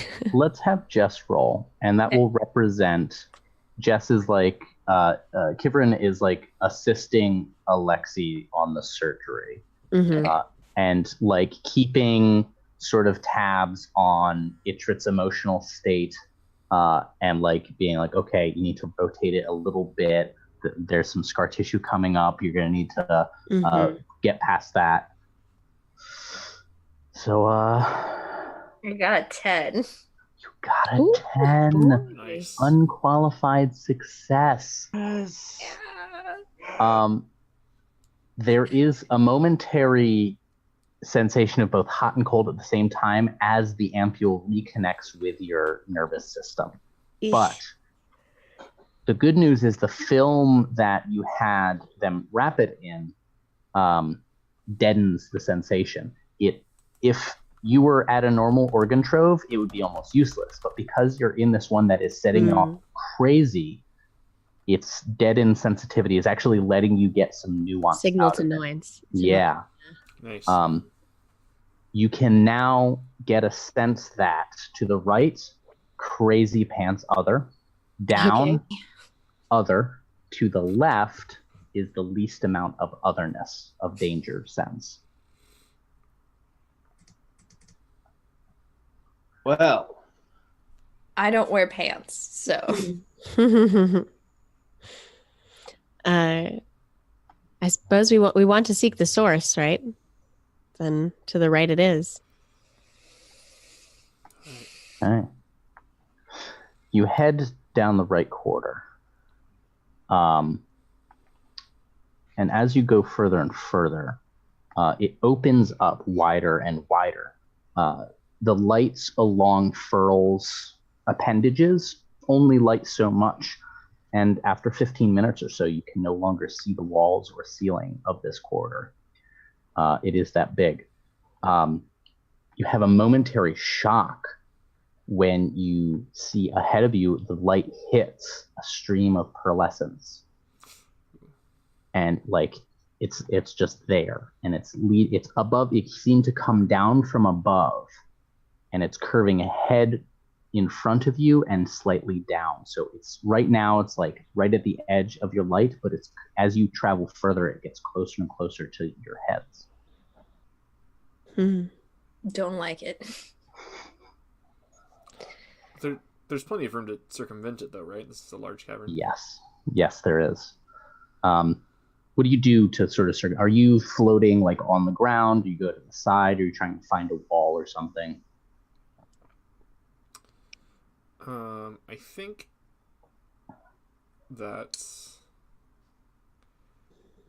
Furl would prefer to find a wall and just have, at least one side that we don't have to be concerned about. And risk polyp inflections again. Oh. Yeah, that's fair. Kivrin is doing their damnedest to not give in to their zero chill and like channel their inner channel the inner current mantle. That's what they're resisting right now. Aw. Trying to be cool in front of all the cool kids. It's gotta be difficult. It is. So I'm sorry, how were you circumventing the pearlescent ribbon? I think Furl would find a wall. Wall. Okay. As you find the wall, you find there's writing on it, and it looks carefully etched into the hard, calloused sort of flesh wall of it. And it takes you a little bit to see, and it is a prayer of sorts. Ooh. It says, "Blessed be the God who is dead, and cursed be those that killed him." Technically, we didn't kill them. Our ancestors did. Hmm. Yeah. I don't know if that technicality will save us today. Yeah, that's exactly the kind of thing that like the people who write that kind of stuff on walls just don't care about. Yeah, yeah. Kivern's taking the political stance and realizing that that is a very weak stance to have in this kind of situation. I don't understand. We're all descended from the god killers. What differentiates these people? Trust me, there's still people out there who think that, that we should be atoning for what our ancestors did. I had Kresh guardians who spoke often of the fallen state of the world and how we needed to, beg forgiveness of the corpse of God. And, it was bad. It was not great. Do you think so? You are under the assumption that this is just the source is from fellow Theosteons, some culty-esque, or is there some other sentience we need to worry about? I mean, it's in our script, right? Like the language that we speak. Yes. Theosteon, yeah. Yes, it is. So it is in Theosteon script. Okay.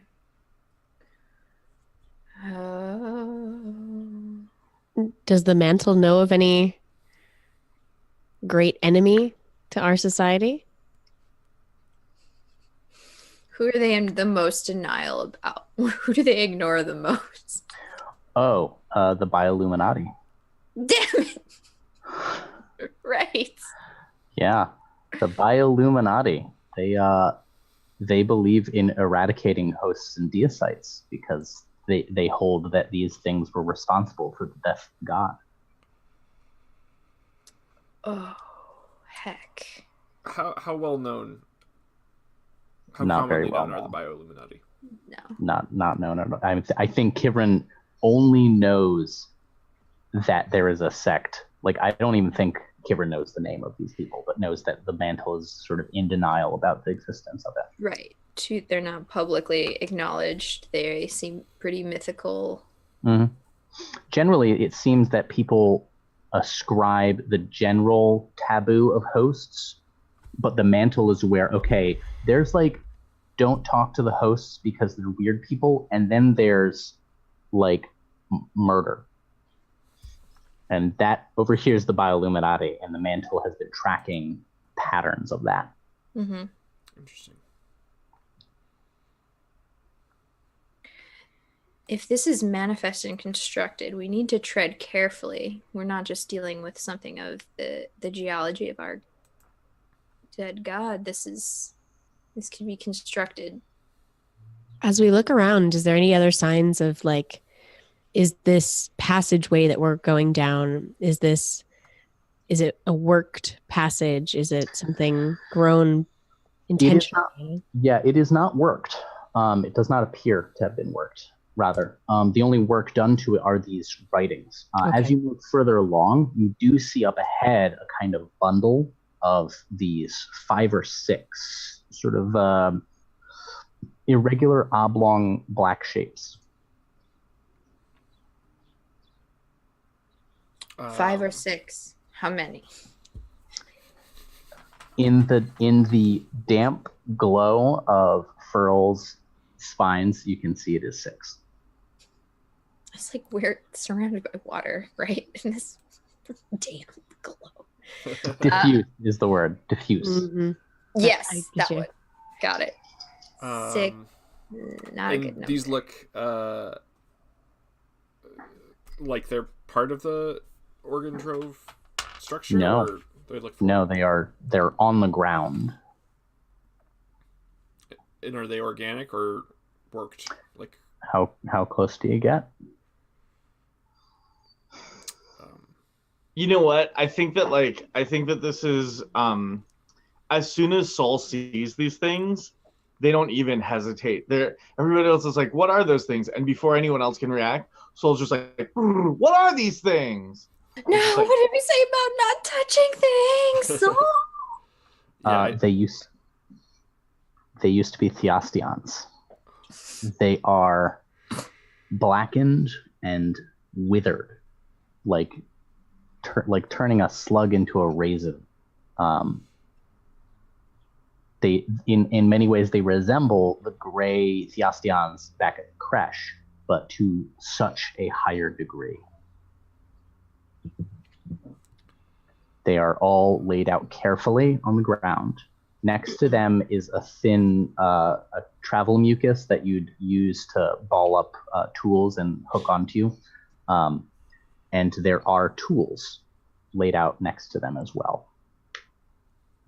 tools what you kind might of- use to carve text into the wall of a organ. Actually, no. They're the exact opposite. It looks like the sort of thing you use to patch up.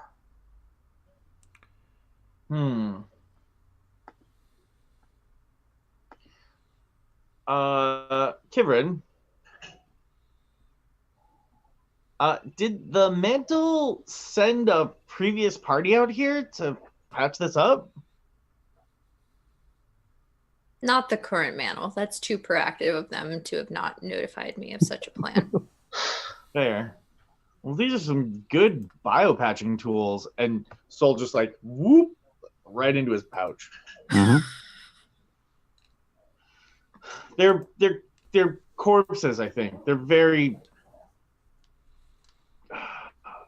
squeezed out people. Are they still like? Are they effectively desiccated to the point that they're unrecognizable, or could we see if there's like crush markings or anything that we might be able to recognize? Well, tell me. So I'll describe. They are very desiccated and wrinkled, and they are dead. Mummified? Yeah, almost. Yeah, but like flash mummified, if that makes sense. There's nothing really deliberate about them. Here's the question. You might be able to figure out where they came from, but to do so, you would need to do things to the body. And I don't know how that jives with Theosteon morality in general and Furl's specifically. So why don't you tell me a little bit about how Furl feels about mucking around with corpses and disrespecting them, maybe. Yeah, I don't think that is something Furl's apt to do. I think that they're interested. Like they try and keep tabs on as many crush markings as they can. But so they'll try and visually inspect and see if there's anything like prominent. But I don't imagine they would find any reason to touch these things. So. Okay. Oh no, our crush was not a touchy fam. So from your superficial look, you get certain patterns. You're like that, depending on what color it was, those patterns might be a crush from like 50 years ago. That one could be like my neighbor crush, depending on the color, but like maybe not. It's without the color, the pattern isn't as useful as you were hoping. Okay. I can't say with certainty, but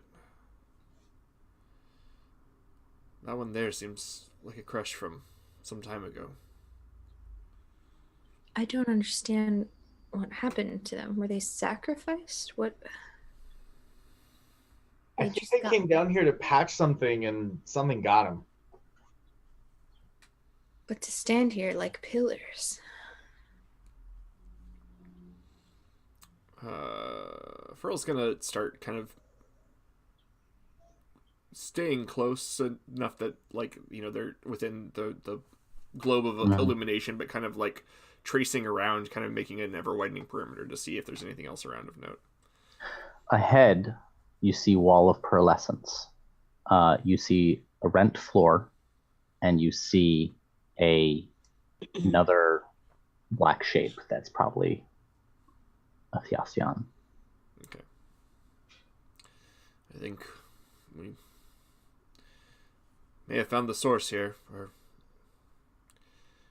At least the next stop on the trail.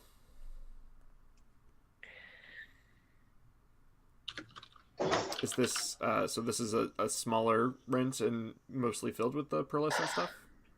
Yeah, so you get to the rent and you see there is a Theosteon on the ground and it has tools like curled up in its withered little hand appendages. And you see a lot of biomaterial that would have been used to patch up, but the hole is enormous. The one you found up top is like, it was about as wide as your face. Mm-hmm. This one, you lose sight of the edges.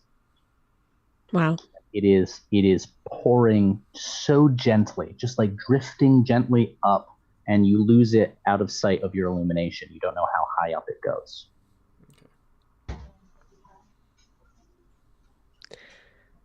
Okay. So this is far too big for us to patch, we think? Oh, yeah.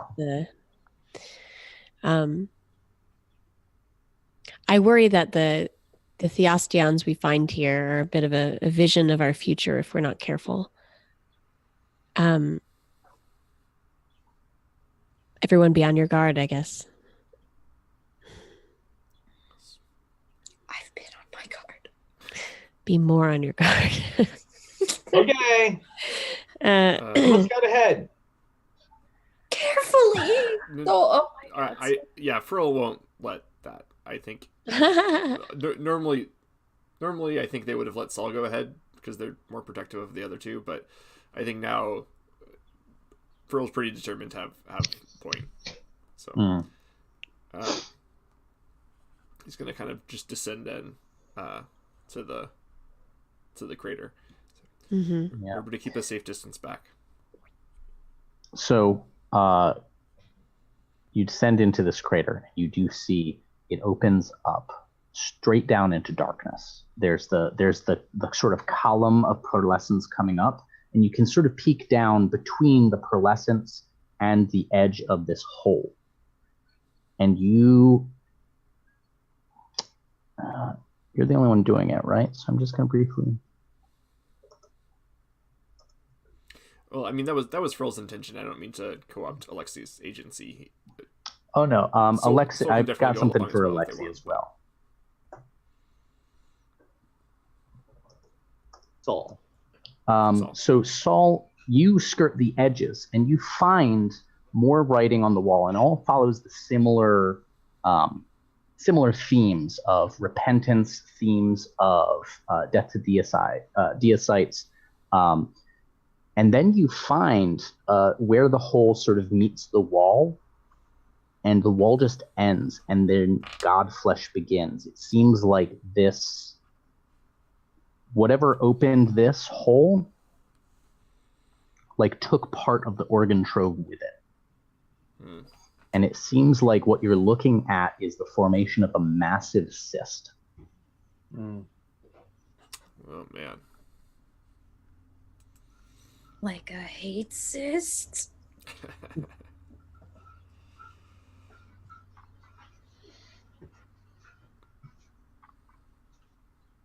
That was Saul's interpretation, right? Feel about that.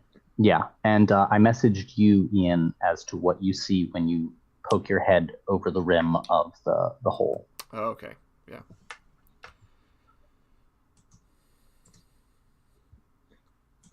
Okay. What is the rest? Yeah. There's not.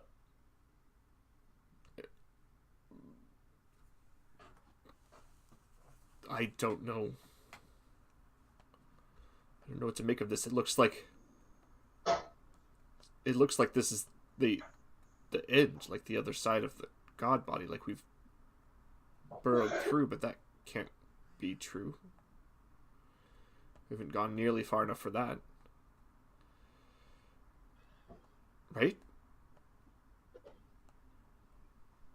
That shouldn't be the case, no. I'm not a theobiologist. What are you exactly? Ooh. Been hearing plenty about what you can't do, Saul. Can you answer some of these questions? You're supposed to be the expert on these things. I mean, expert is a strong word. I can tell you that something took part of this wall away, and probably most of the organ trove with it. I don't think that's natural. I think someone came here and did this. The size of it is enormous, right? Mm-hmm. Some ones or specialized tools.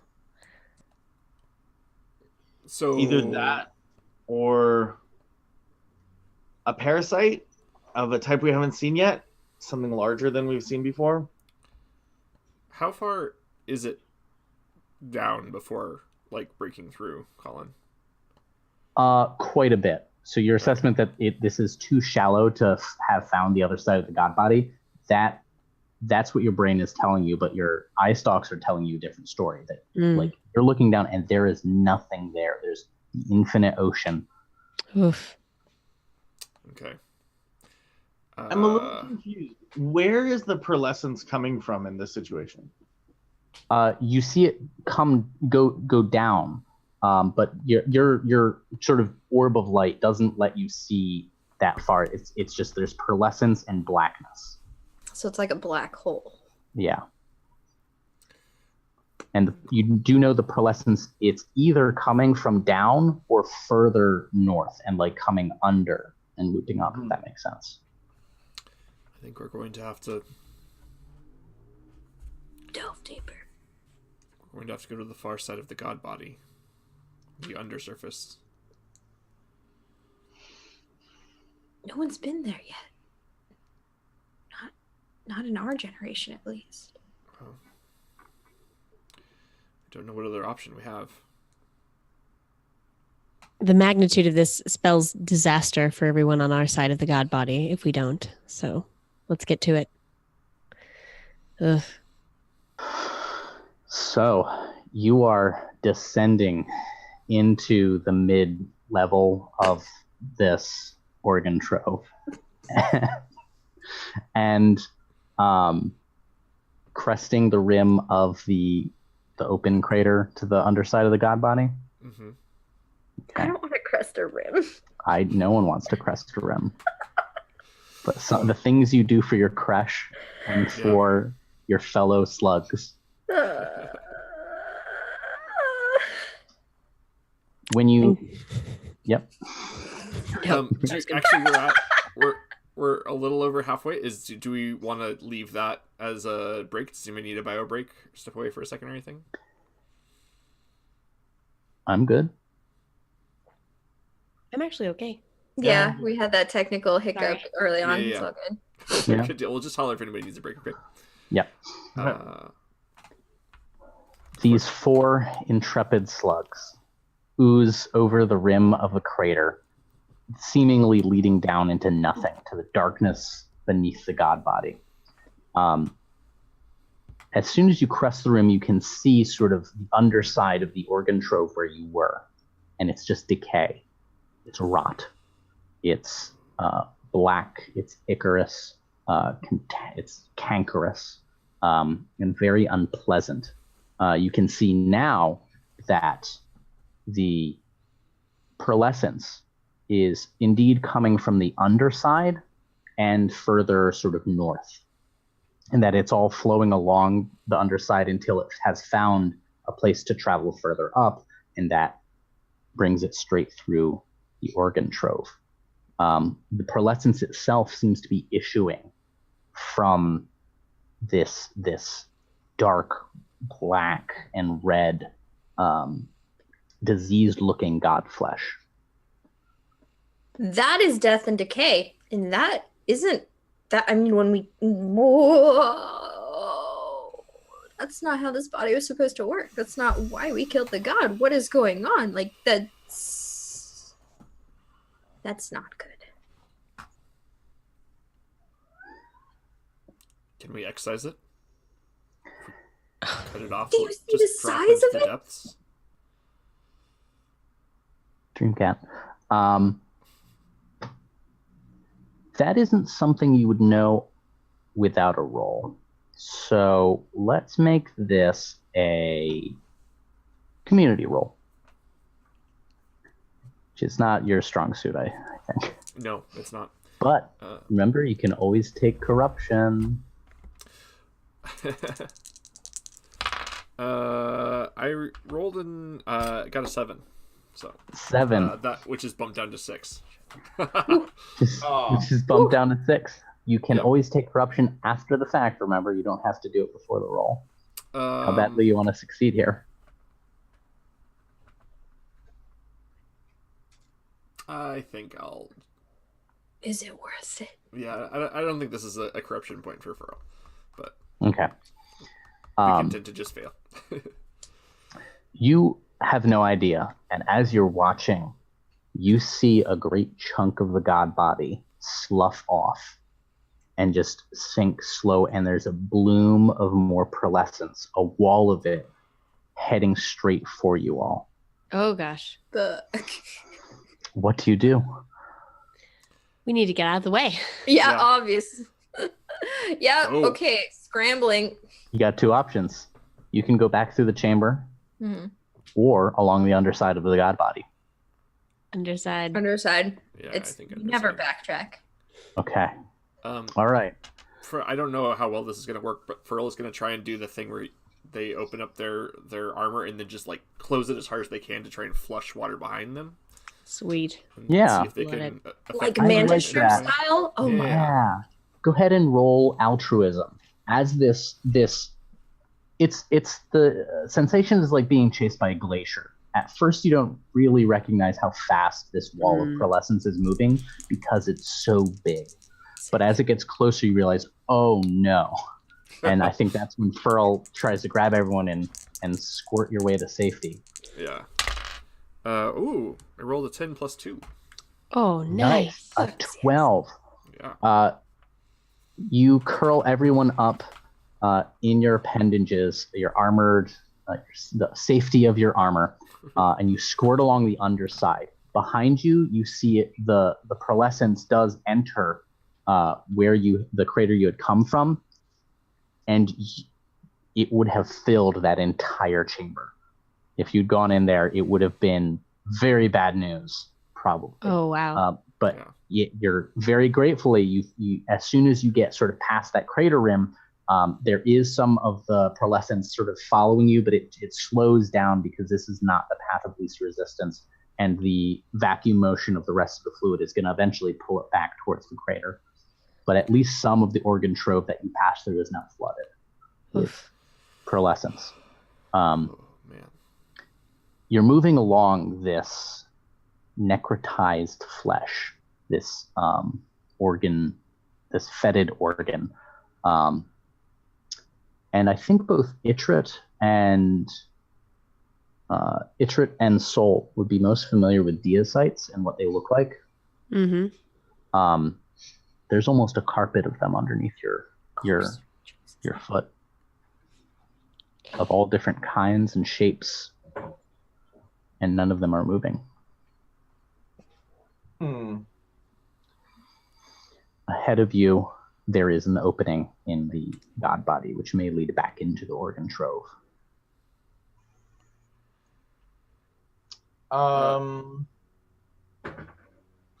Soul wants to investigate the deicites. Mm-hmm. So you pick up some of the deicites, and they appear to have, they're structurally sound, but they're dead. And every single one of them has like a single hole through the head.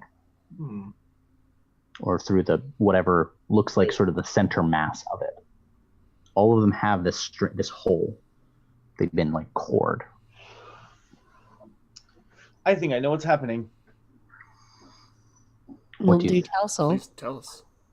Someone came here and killed these parasites, and they were not able to gnaw away at the necrotic flesh of the god, and that is what is causing the corruption.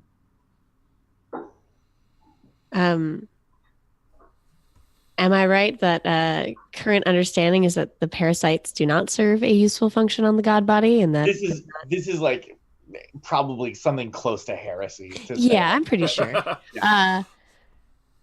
Yeah. This is to suggest that the Deicites not only have a relationship to the god body, but a beneficial one. That is, oh boy.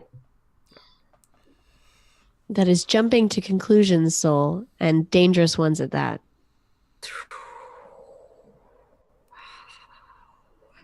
What alternative hypotheses do we have? Soul swims ahead of the group. Ooh. I think Furl has gone back to deprioritizing Soul safety. Oh gosh. I will. Ichiro will follow along at a pace, but is increasingly worried. If this is true, we can't tell anyone. This can't be common knowledge. It can't be true. Full stop. Yes, there must be some other explanation. I mean, are there any live ones here? Can we prove that? On this underside, the necrotized underside of the god body, no, you can't find a single live one. But there, like I said, there's a gap back into the organ trove. Cats are all ruining a stream. Or making them better. Okay, so Saul is going into that opening. Okay. Is that where you were headed? Yeah, but as Saul swims, they're swimming close enough to the god body and hopefully like far enough away from you guys that what you won't see is that every so often they like reach down and like plant some of their little tiny parasites like down on the ground, like feeding them. It'll take forever for them to grow big enough to make a dent in this thing, but like, you know, trying to jumpstart the Johnny Appleseed. Yeah. Yeah, but super gross. Ooh. Yeah. Okay. Yeah, I think Furl will be heading towards the other opening as well. Okay. This is a rent in the organ trove. And you get in, and there is a chamber that is filled with Deicites as well. These ones, some of them are alive and moving, but many of them are not.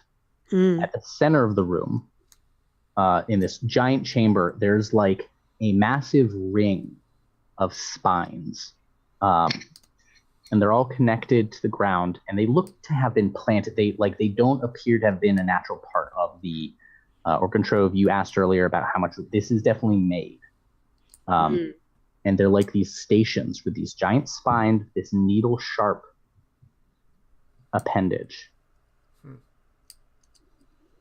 A coring appendage, perhaps? Exactly.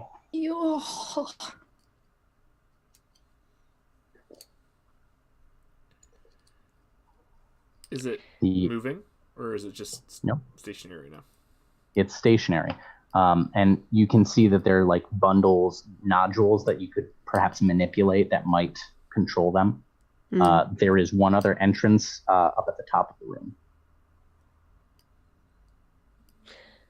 Any sign of tools or, other Theosteons who had been here? You find tools. You find a big stack of like biomaterial that they use for patching, basically duplicates of the equipment you found with the dead Theosteons. This might have been some kind of workstation for them.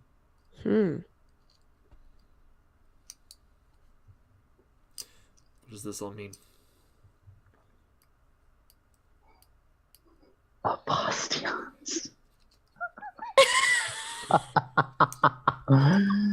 You're killing it. Stop it, Darcy. There's just too many good words in this game. Oh man. I think Furl is going to swim closer to the spine ring. Be careful. please, Pearl? You see that this is laid out in a circle, so that if you put yourself at one of these nodule control stations on one of these spines with the calloused work table-esque thing, you're all facing the center. And at the center of the room, there appears to be some kind of podium set up. And the carving on the podium says, "What you do is necessary."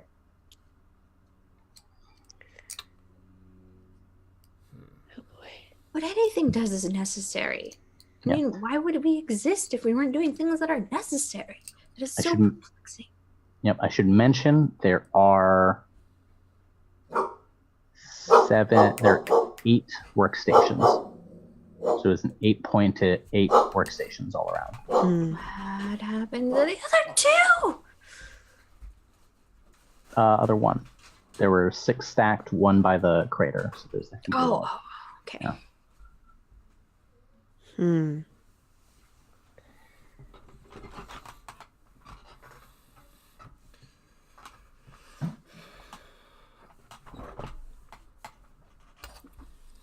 What do you do? I think, Furl is losing interest in this thing since it's... I am muted. There we go. Furl is, like... It doesn't seem dangerous and they don't understand it, so they're moving to check out that other exit. Okay. You can see that leads back to the sort of central spiral of the organ trove. So when you came in, if you had gone straight down, this is where you would have ended up. Oh, okay. I think whatever's been done here is contributing to the disaster.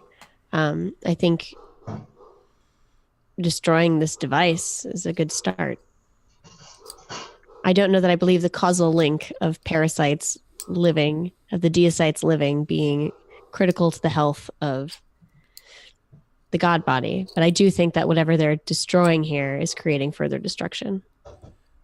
Do you want me to salvage any of it for further research, or should I just wreck it? I'm of a mind that there's nothing to salvage here. I want this place forgotten.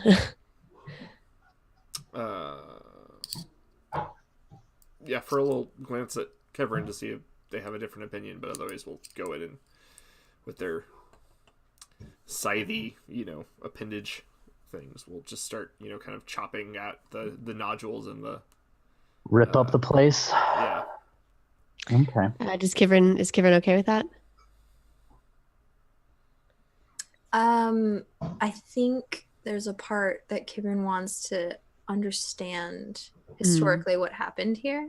Mm-hmm. But if it's clearly negatively impacting us, it needs to be taken care of as soon as possible. So I'm not going to stop Furl from destroying it. Okay.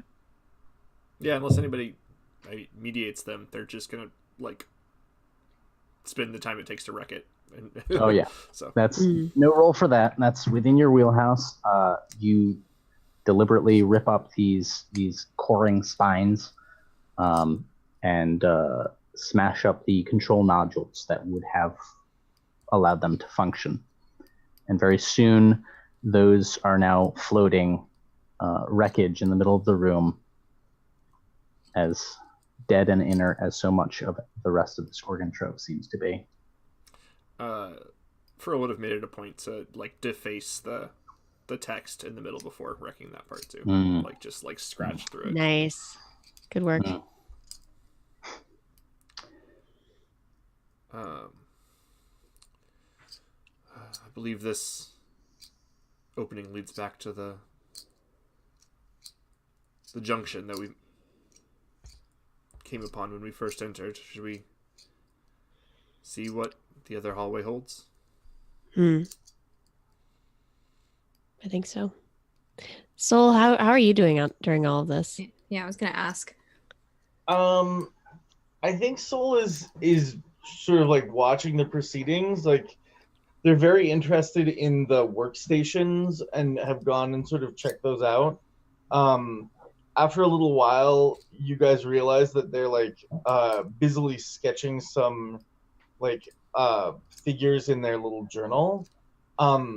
We have some biopatching equipment.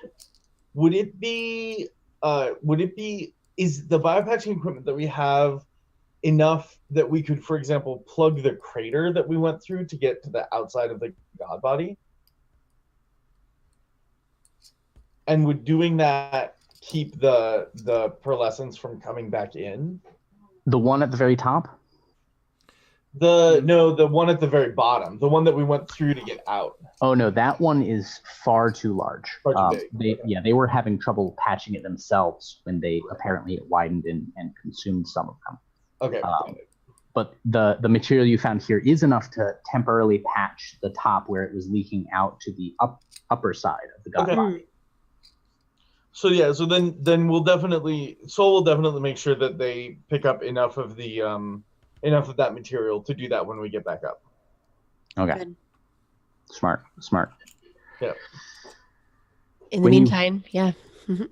When you head into the final part of the organ trove, you find this corridor has created off rooms. And these are filled with various small religious totems and fetishes. There's, someone has made a candelabra to hold glowing algae, but it's like a chalice made out of dead deicites. Oh gosh. You find personal writings and stuff that do identify these Theosteons, these Theosteons. They match up with members of the community thought dead or lost. Oh wow. One of them was Furl's and Kivrin's neighboring crash. Oh man.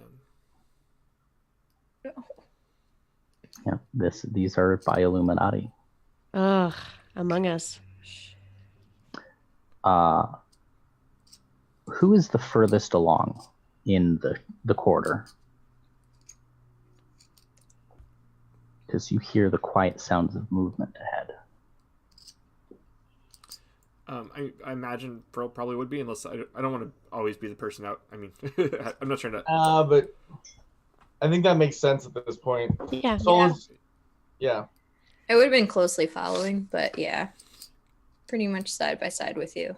Yeah, I imagine we're talking quietly about because Kevin probably knew the person. Ulan, we'll say. Yep. Who they went missing. We thought they were dead. I know. This is obscene.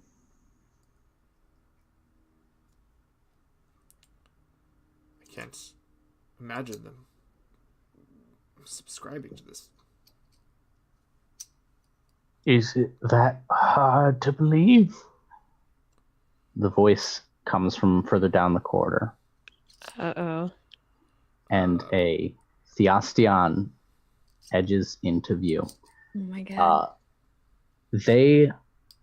Their appendages have attached to them spines, coring spines, very similar to the ones downstairs. One whole side of their body, though, is gray and black, as though affected by the pearlescence, and they have a kind of lopsided quality to them. Is it so hard to believe that some of us would question the deicites and their intentions for us? You've been sent to kill us all. Finish the job, haven't you? No. This essence has been spilling out and ruined a creche up at the surface, and we didn't know how. We're just trying to understand. It's punishment. We worked to save the god body. And you all, with your decadence and your thoughtless use of the parasites, you've killed us. You have furthered the sickness, and now it will wash you clean from the god's body.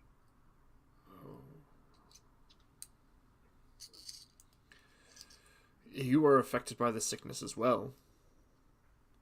You have vested course. interest in helping us solve this problem. Solve what problem? The body is breaking apart. Great rents in the flesh have reached from side to side and are only now coming to our attention. We are too late. The end is here.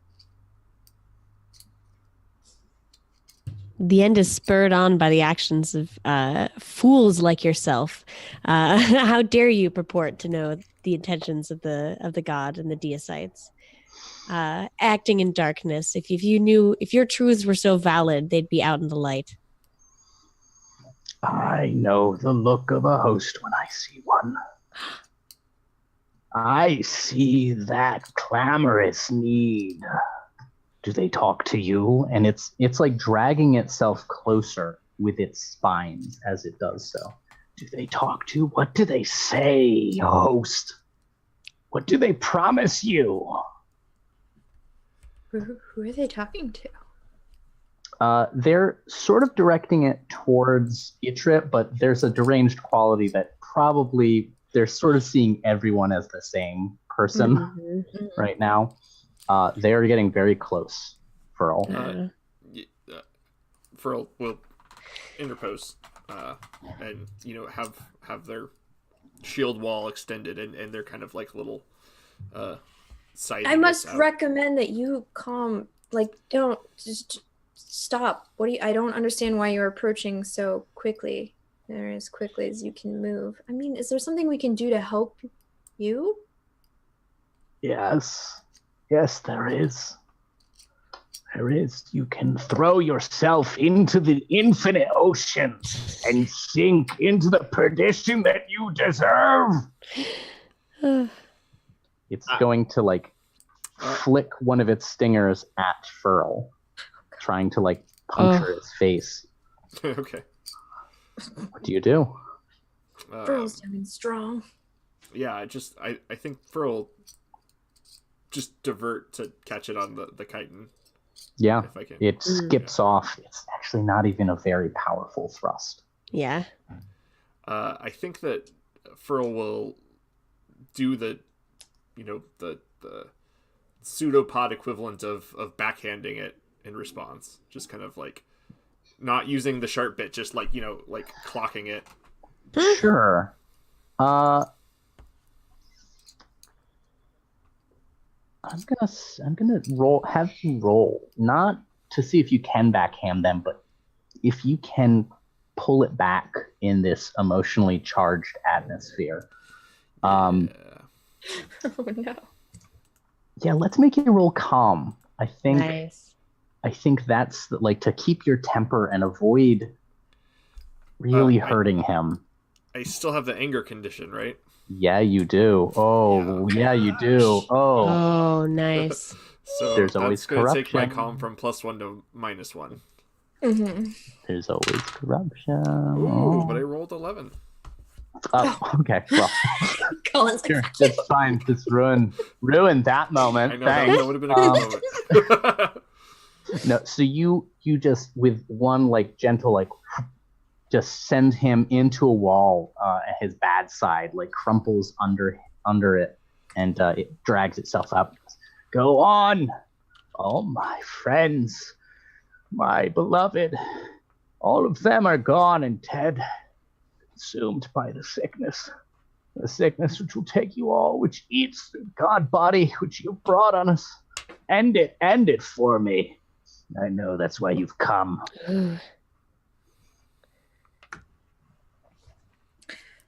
Had the mantle known just how crazed and incessant these folks were, we didn't deem them a threat.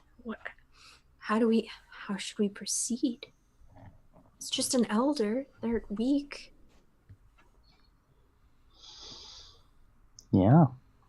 It's it is dragging itself back to attack Furl again, but it's not having an easy time of it. Yeah. Can we contain them? Are there more of them, or is it just this one? I'll go check. Be careful. I'd like to root around in my bag to see if there's anything I have that could knock this thing out, or, some weird noxious component that you don't want to huff too closely that I could have it huff. I think in the meantime, like Furl just has their their kind of spine extended and is like doing the thing of like holding a kid's forehead where they can't. Yeah. So Itra, you do find something you can use to incapacitate him, but it's not going to be easy to get it into close enough. You're going to be risking something, so I'm going to ask you to roll, and I'm going to ask you to roll altruism, because what you're really trying to do is essentially save him from himself. Right. He's trying to have you all kill him. Right. Alexi, you slide past him to get beyond, and you do see there's no one else. You find his room. There are texts there, and notes that you can read. But for the moment, let's have Darcy roll that altruism. That is an 11. So I think despite all my scarring today, I'm able to pull it together, and undulate deftly up to this elder and apply the salve that will put him to sleep for a bit. Yeah. The elder gets one spine free of furl and goes to dart it at your face, but the soporific effect starts to take hold and the spine just drifts and gently bumps off the top of your head. And it goes limp. I sort of catch to them in my arms a little bit. A little Serati. What do you do? Sol, are there more there? Kind of calling to the next room. No one here. And Sol is busily leafing through all of the papers, specifically looking for anything about deicites and especially deicite propagation. He's wondering if these cultists have been keeping track of how to get, if they've been taking notes about how the deicites reproduce or you do find notes. They start out more coherent than they end. The beginning of the notes, they seem to be as much researching as killing the deicites, but very quickly, once they figure out a reliable, efficient way to do so, then it's just straight up murdering their way through as many deicites as they can do.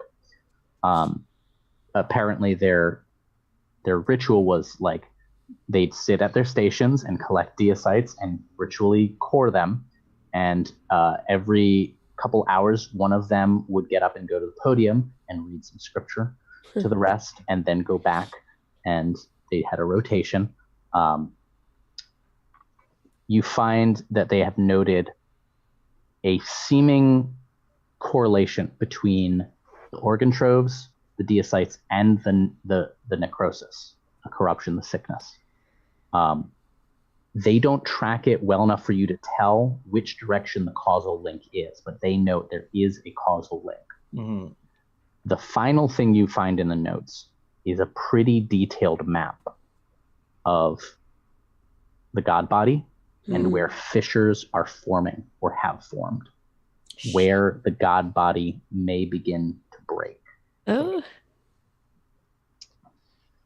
So the notes on deicites, Sol is gonna slip those quietly into a bag, and they come out and they say, mostly it was just the ramblings of lunatics, but they did make this extremely coherent map of the god body and of the fissures that have started to appear. So this should go where it's going to do the most good. It's seemingly unsurmountable with the current political schema we have going on. Well, the fact that the mantle is low. Don't say it. I'm aware. Etrid, it's not. It's obvious you are not just a part of the academia. You're hungry for more. I think I could serve the community well in other ways, indeed. Perhaps we need to find a way to accelerate the exchanging of mantlehood. Kevin, the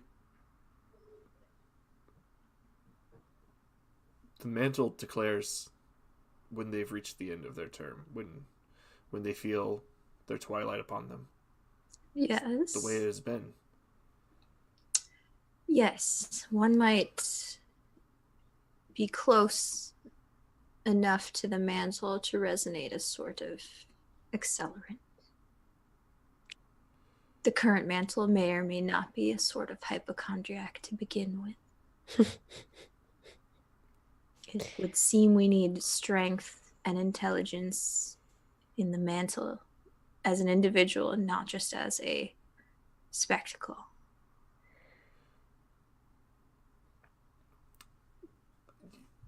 One worry remains, one of many, but in this room,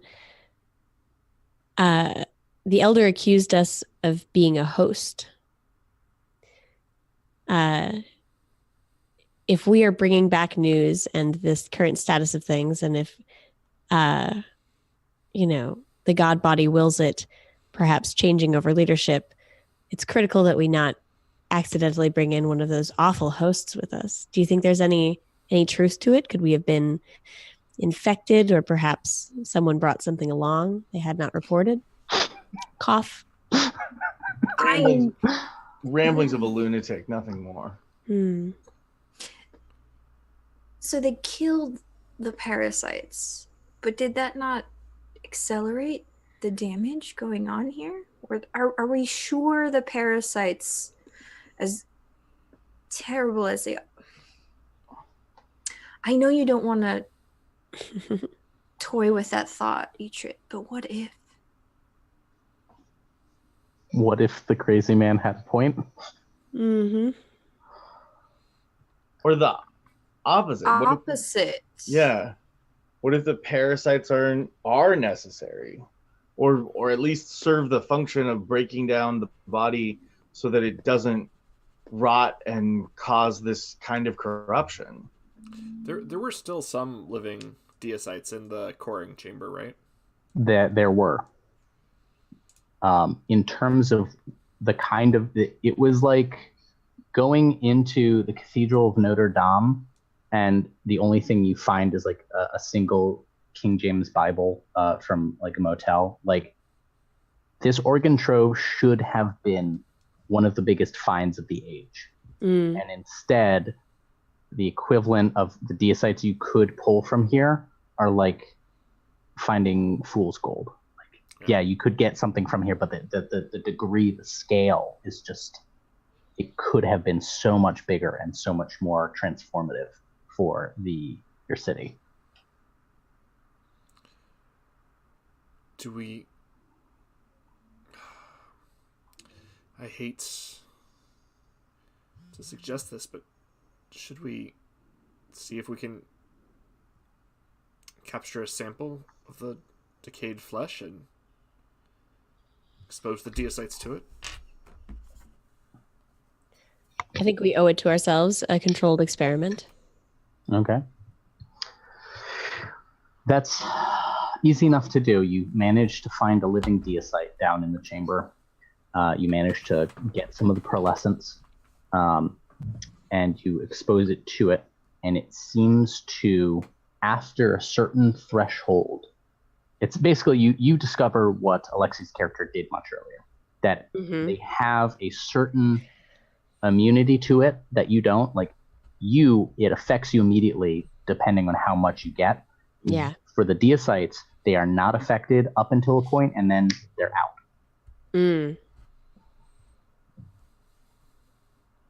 I don't know how to interpret this. What does this tell us?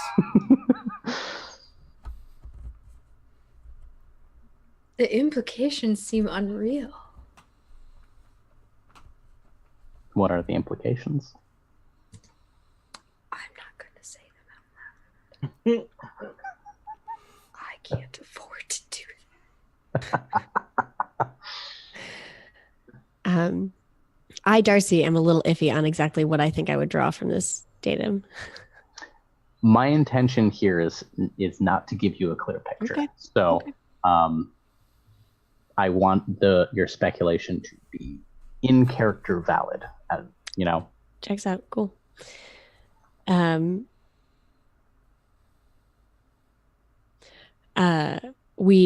thing we do draw from this is that it has an immunity, and it shares that immunity with the things that it is around, right? Like it affects me less if they're there. If you become host to this deicide, much like Soul, you could acquire something of an immunity to the pearlescence. Yes. Soul, does it come out in our experimentations here that you might be a host?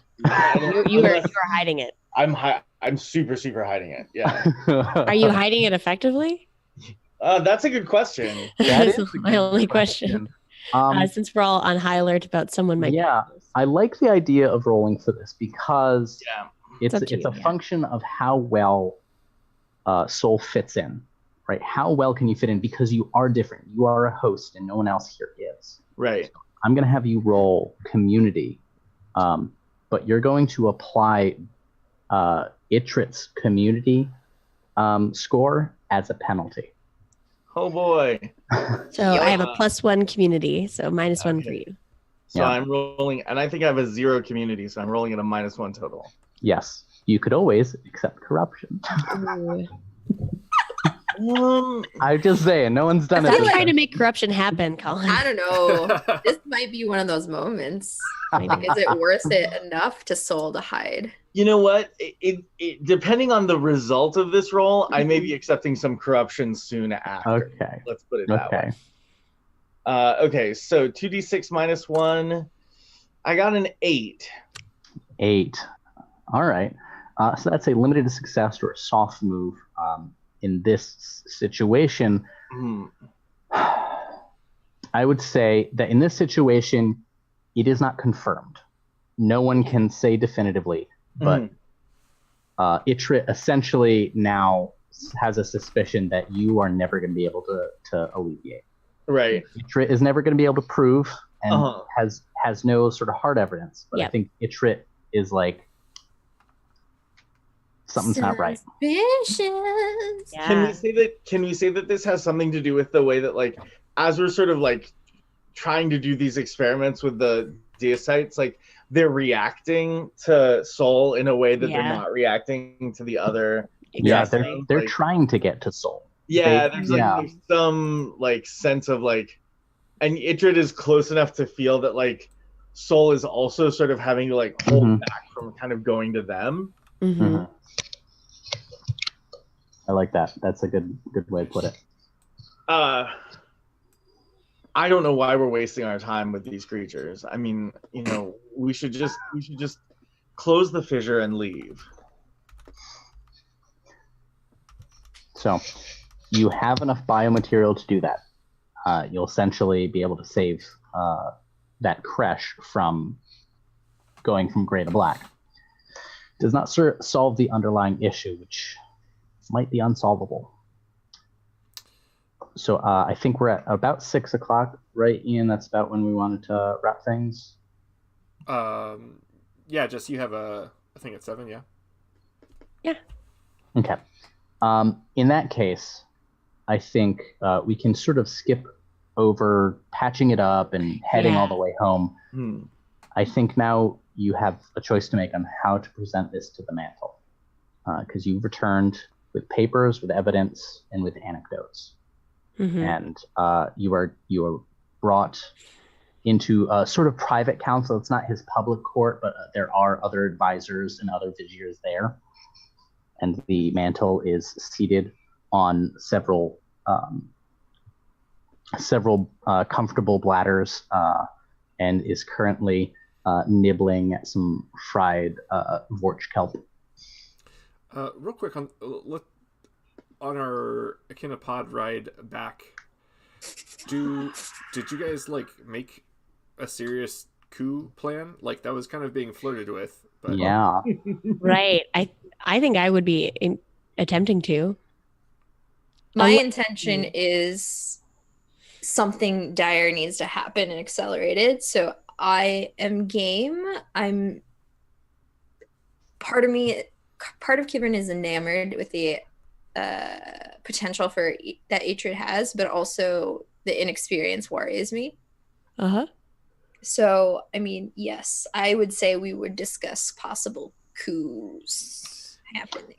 yeah. So a couple of setting things to recap real quick is that passing mantle to mantle usually involves the gifting of the memory polyp, so that the new mantle has the memories of the old mantle, but that's like a voluntary thing. So a coup would kind of forgo that.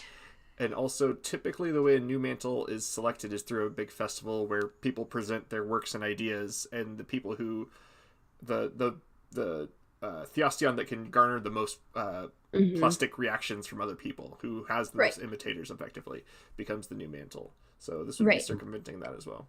I think the connotation of coup is not what we're intending. So like we're a community of not going against each other. So it's like I said, I was leaning more towards accelerating a process of this mantle knows they're not the right fit. So like their age is going to wind down. Yeah. So we're just going to present the news in a way that they're aware of that, right? It would mean strongly encouraging that mantle to give up power, and then like engineering the festival, such that maybe to give it's just like boosting like every possible like plus ones to Atrid. Atrid's been training and wanting and hungering for this, so it's just kind of a I've got some creative ideas, man. I can win this on my own. I just need the time. Yeah.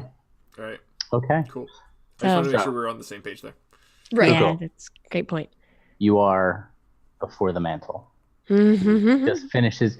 All right. Well, that's good. It's real good. Oh. So, do you like fix the problem that I asked?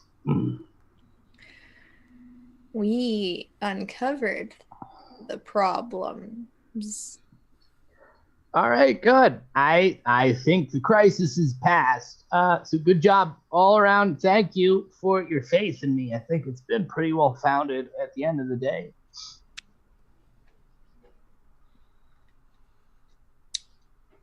Yeah, probably not full closure yet. You're doing that thing where it's not done even though I want it to be done. Is that what you're saying? Is this not done? Treating a symptom and not the root cause. We need more resources to treat the root cause, and possibly a bigger restructuring of our understanding of certain aspects of the god body. Well, what is the problem? I mean, you just put a patch over it. It's done. It's not going to bother us again, right? The problem is much larger. We'll get a really big patch then. I don't like when people tell me that like it's not a problem. It's what I'm saying, and I feel like I've got all these memory pumps, and they probably agree with me if I consult them. So why aren't you? Bio-Illuminati. Oh, cool. Everyone can leave now except you all. Half the visitors are looking, goes, yeah, no, off you go. Everyone but you four. Okay, yeah. How do you know that? We ran into some. Okay, well, I've never run into them before, but they're all up in the polyp. And they're not good. So are you saying that they caused the fissure? I don't know that that's clear. They're certainly related and certainly made the problem worse. I think the problem may have existed before them, though. Okay. Maybe I'm not getting it. So, is the fissure the problem, or is the bioluminati the problem? So we can just get rid of the bioluminati. You got their papers. We know who they talk to, and then we can figure that out from there and get rid of them. The underside of the god body is decaying. Rapidly. No, it's not. Because if that were true, then that would be really bad, and I don't want that to be the case. So I do not want to be the one that bears this news to you, but it can't be ignored. Indeed, your reign has been so unsullied by strife, so unsullied by dark truths revealed. It would be a shame for this dark mark to come upon it. It would be so expensive to fix this. Like, what are we just gonna? It would ruin the economy. So we just won't. But we would still have an economy. Right now, we're not even sure if this is stoppable, but we should focus on decelerating it. Someone should focus on decelerating it. Otherwise, there will be another leak and another crush. Gone. You want the mantle, don't you? Me? You implying that me, your head advisor, would want to have all the stress that you are carrying? No, I douse fires. I don't want to be part of the fire. When the mantle asked that question, Furl just sort of like closed all frontal like armor things. Yeah. Like, so poker face. I'm just gonna shut. I will let you choose what you want to roll, and this can be either Kivrin or Itrit, and this is going to be whether or not you convince him to give up the mantle. That maybe he's not equipped to do this. Ooh, interesting. What do you think, Jess? Do you want to roll, or do you want me to? I think I am more of an asset in this scenario because I personally don't have any drive and 100% put myself into altruistic experiences, and I'm like, I don't want to cause harm to. I want to take corruption with drive. Yeah, I was so. That's what I want. I'm actually going to revise a little bit. Yes. Okay. We're going to roll. Everyone is going to roll for their epilogue. Nice. So, Itrit, you're rolling to see if you become the mantle, and if so, what's the context? You took corruption to do this. I think that's going to color your epilogue. I'm trying to see how that affects things mechanically again. Corruption is just an auto success, but it triggers the dark mirror of your emotional state. Right. Okay. So that dark mirror is going to, I think, typify your epilogue. Okay. And every one of you gets to do that. So we're going to go around. I think we're going to start with Darcy because she has right now the clearest sort of epilogue in place with her wanting to be the mantle. But everyone decide going forward how you want your character to sort of the rest of their story to play out. And then roll your choice of attribute and just tell us sort of what becomes of them in at the title cards at the end of this movie. Cool. I think the epilogue for Itrit is that now mantle, right? We see Itrit presiding over court. Maybe Kivron by their side, maybe not. And we sort of vignette through lots of edicts being passed, lots of research being spurred on, lots of resources going to the Academy of Apotheosis. But what we also see is kind of that, that camera effect where you shoot over a bunch of days and you see the sort of light dark cycle go through the windows coming through the Lumaskeens. The beautiful stained glass. We're seeing that all getting darker and darker because one of the things we established before was that in the age of necrosis, the final bioluminescent window is extinguished. Mm-hmm. And what we are seeing is, Etrit's stubbornness over what can and cannot be scientifically is absolutely halting the progress, right? They're willing to spur on new efforts, but absolutely blind to be able to see truths they don't want to see. And some of that is the exact nature of those deicites. And it's absolutely driving the place. There's progress being made, but it's stagnant. There's a cost. Yeah. There's a cost. I think that's beautiful. I think the next natural epilogue is probably Kivrin's being close to the mantle. So what do you want Kivrin's epilogue to be, and then roll for it? Yeah. Or you could take Eruption. Yeah. I think I will probably end up taking Corruption, but in this epilogue, I picture Kivrin wanted to stay close to the court and try and ensure, one, that Furl was safe. Having that experience of taking, like, seeing Furl, like, time after time, essentially, like, run into the potential of self-sacrifice was terrifying. And they wanted to make sure that they were safe. They wanted to make sure that the community was driven actively rather than passively, and very easily that could bleed into becoming overzealously close to the court. Yeah, I'm imagining maybe a kind of dark reflection of the mantle's stubbornness. You constantly becoming the constant critic, right? Constantly pushing back against these kind of coldly practical measures that need to be done. And it maybe has, years later during the cycle, we physically see the distance between Itrit and Kivrin. Like, they start off cooperating, and very soon through the cycle, we see that that relationship, something comes down there. Yeah. Sweet.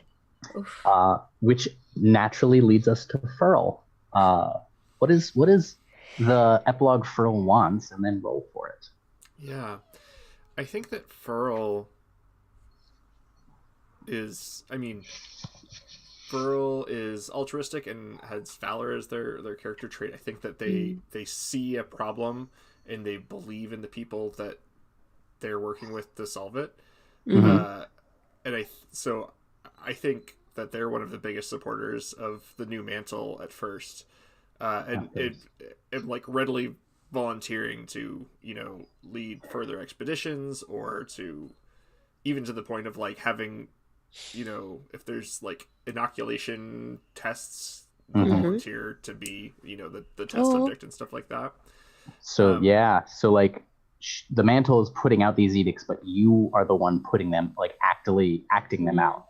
Oh gosh. Why don't you do you want to take Corruption or roll for it? No, because I really don't know if it's a question. To me, the role is a question of how long can Furl maintain that. See, okay, I like that. Yeah, the way things are going. So yep, and roll the attribute. My roll is an 8. So 7 through 9 with a cost. So like you continually are reliable for the mantle, but the cost is entirely personal. I think we see your character like turn into something of a martyr. Oof. Right? Like you are always at the front of this, and it is starting to eat you. Like, you are affected by the tests, the physical exhaustion of having to do all these tasks and set all these up and head all these initiatives. I think that over the course of this, they take on the coloration of the people affected by the pearlescence. Wow. But it's just natural. That's their expression of self at this point. Yeah. You become like a sin eater. Yeah. Oh my god, oh sweet Furl. The best of us. And I imagine they like die in the line of duty at some point. Like it catches up with them at some point. Yeah, I think there's a really bittersweet moment where Itrit is like, okay, a new fissure has opened up. We need to send a crew.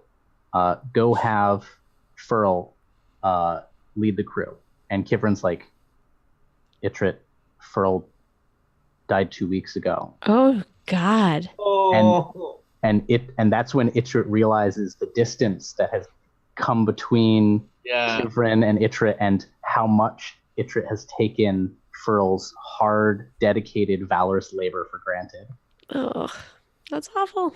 And finally, Sol, with the secret host. Yeah. Tell us what you want your epilogue to be, and then roll for it, or take corruption to see it through. So I think that Sol was a traveler and an explorer, and their sort of central attribute was this curiosity. And there's a way in which like this experience has actually kind of answered some of that curiosity, right? Like they were asking this question, like, what are the parasites? How do they relate to us? Like, what do they were so curious about them. And now they realize, like, oh, the parasites have an important function. Like, they keep the god body, even though they're eating away at it, like, they keep the god body safe for us to live on for as long as possible.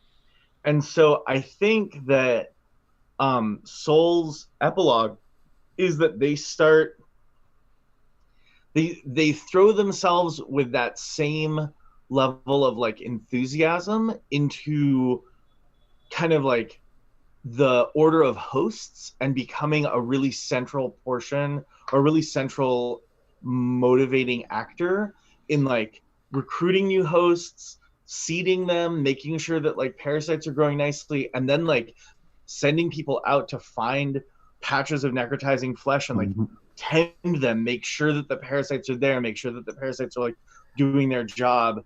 And I think little by little, this turns into sort of like they wind up squished between the Bioluminati on one side and the Mantle and the Mantle's government on the other side, both of whom are sort of like, we don't, the Bioluminati are like, we're going to kill you. The Mantle's government, I think, is a little bit more like, we don't understand what you're doing, but we don't trust you and don't like you. Yeah.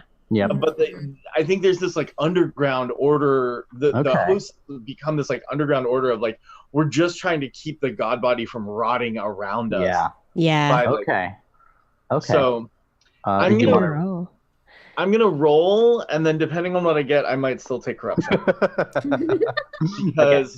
because I am nothing if not a bet hedger. Yes. I got another 8. I'll take it. I'll take the 8. The personal cost. So it comes at some cost. I think all of the previous characters that we've talked about are in history books. Some centuries later, they are known. I don't think Sol is. Nah, not Sol. I think Sol, it becomes a footnote. There's historical, scholarly sort of speculation that there was some central figure to the host and the reason it became such an underground movement, but no one can really place where that started or because of whom. And Sol's name does not move on. Oh. I think I think it's even gonna be. I'm gonna put even a finer point on it that like maybe,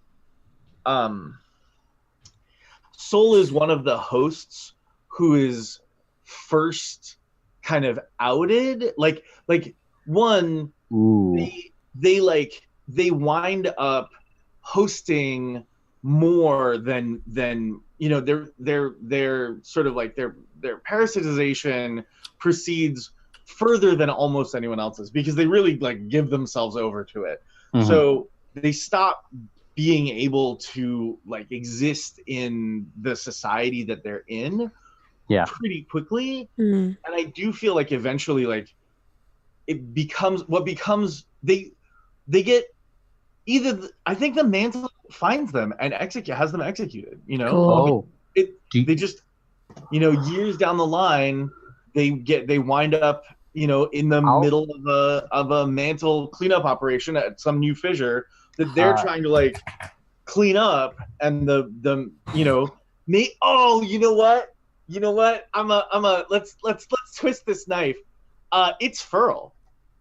Furl leads that operation. Furl kills Soul and doesn't know it. Oh Soul my no longer god! is so changed that Furl doesn't realize that that's what. Love it. Okay, what they've done. That's amazing. I think that puts a nice, We will recognize now the quiet death of the age of synthesis and the unsettling birth of the age of necrosis. But we should not forget that these judgments are a historian's convenience. In that time, that dignified end, the aforesaid persons lived and quarreled. Good or bad, handsome or ugly, rich or poor, they are all equal now. And that is it. That is the end. Oh, beautiful. Love it. Thank you, guys. My cat is sad. He's here to. So fun. Wow, Colin, thanks so much for stepping in. That was awesome. Thank you so much. Unexpected and brilliant to have somebody willing to kind of jump in on this. That's very, very cool. That was incredible. Yeah, thank you for you handed me your creation, and I was like, man, this feels like holding a baby made out of glass. Well, you did it well. Proud. Yeah, you rocked it. And thank you guys so much, the three of you that have been so integral in the world building and setting building and stuff like that. This has been so much fun. It's like being able to create this little world with you, and I don't know, it's just really special. I feel very attached to it. Yeah, me too. It's very cool. I'm gonna be doodling Nuda branches for a long time. Yeah, for sure. So the idea is to do a couple of these this year, 3-act play series where we just start from scratch, and hopefully we'll get other fun, endearing settings as well as we go along. Since this is the end of this particular bit and group, does anybody else have anything they want to promote or push or wave about right now? Not really. What's going on Phantom Rulebooth right now? We've got a lot. Mondays, we've got Andari Islands. Wednesdays, we have Dungeons and Deductibles, which is someone made a game about being fantasy insurance adjusters, and they're killing it. That's still my jam. You definitely check it out. They're a lot of fun. They take a lot of... It's been a blast seeing how that develops behind the scenes. We have the big thing that's brewing is a Western Marches that I am putting together using the Forbidden Lands system. It is not necessarily streamed, but parts of it may be. But you come to the Discord, sign up when I'm finished setting it up. But sign up and get a group and play sort of on your schedule. So we're recruiting for that, and you can expect to see me advertise more of that in the future when it's more stable. But very cool. Mm-hmm. Awesome. Good deal. Well, Jess, I know you have to run off to another stream. What channel is that on? Tonight's Encounter Roleplay led by Grant Ellis's little brainstorm. Speaking of fun little amalgamations of games, on Restful Hearts on Encounter Roleplay. The season's winding down. I think towards the end of March, my stuff on Twitch kind of quiets up, so we'll see. I'm sure I'll be around doing something. All right, good deal. Darcy, Alexa, is there anything you want to promote right now? Yeah, I mean, I said from episode 1 of this that my Numenera was showing. And so obviously I love Numenera as a setting, science fantasy, Earth a billion years in the future. Lots of good squeaky creatures, lots of good aquatic tomfoolery and wonder. And there is going to be a supplement called Arcana of the Ancients that's going to be 5e compatible that takes the science fantasy weirdness, creatures, some adventures, and technologies, ciphers, all this, a bunch of the stuff that makes Numenera really cool. It's going to create a source book to have you uncover, prior worlds so ancient that even the dragons and the elves of your current 5e game will not know about it. And so you get to uncover it for the first time. It's very go find that organ trove. Cool. So that'll be starting really, really soon. Arcana of the Ancients. Nice. For me, I don't really have anything to plug, although for people who, I met Ian through the auspices of the Notion and the Crepuscule Notion, our Invisible Sun Nice. tabloid / gossip magazine. And for people who followed that, there are rumblings that there may be some Notion stuff happening, maybe around Gen Con. If I was gonna put a pin in a date of like when more Notion stuff might happen, it might be around there. But yes, indeed. Yeah. Cool. Well, thank you guys so much, everybody. All y'all in so chat, thanks so much for hanging out and chiming in and coming along on this ride with us. This Thursday, we have our first full session of Iron Edit Accelerated with designer Tracy Barnett. And then like 95% in this slot next Saturday, I'll be starting Turn with Bo Sheldon. So thank you guys so much for hanging out. Thank you once again so much for all of my dear co-conspirators. This was a blast. This is this is great. A whole lot of fun. Thank you, everybody. Thanks, everybody. Have a good one. Bye, everyone. Bye-bye. Bye.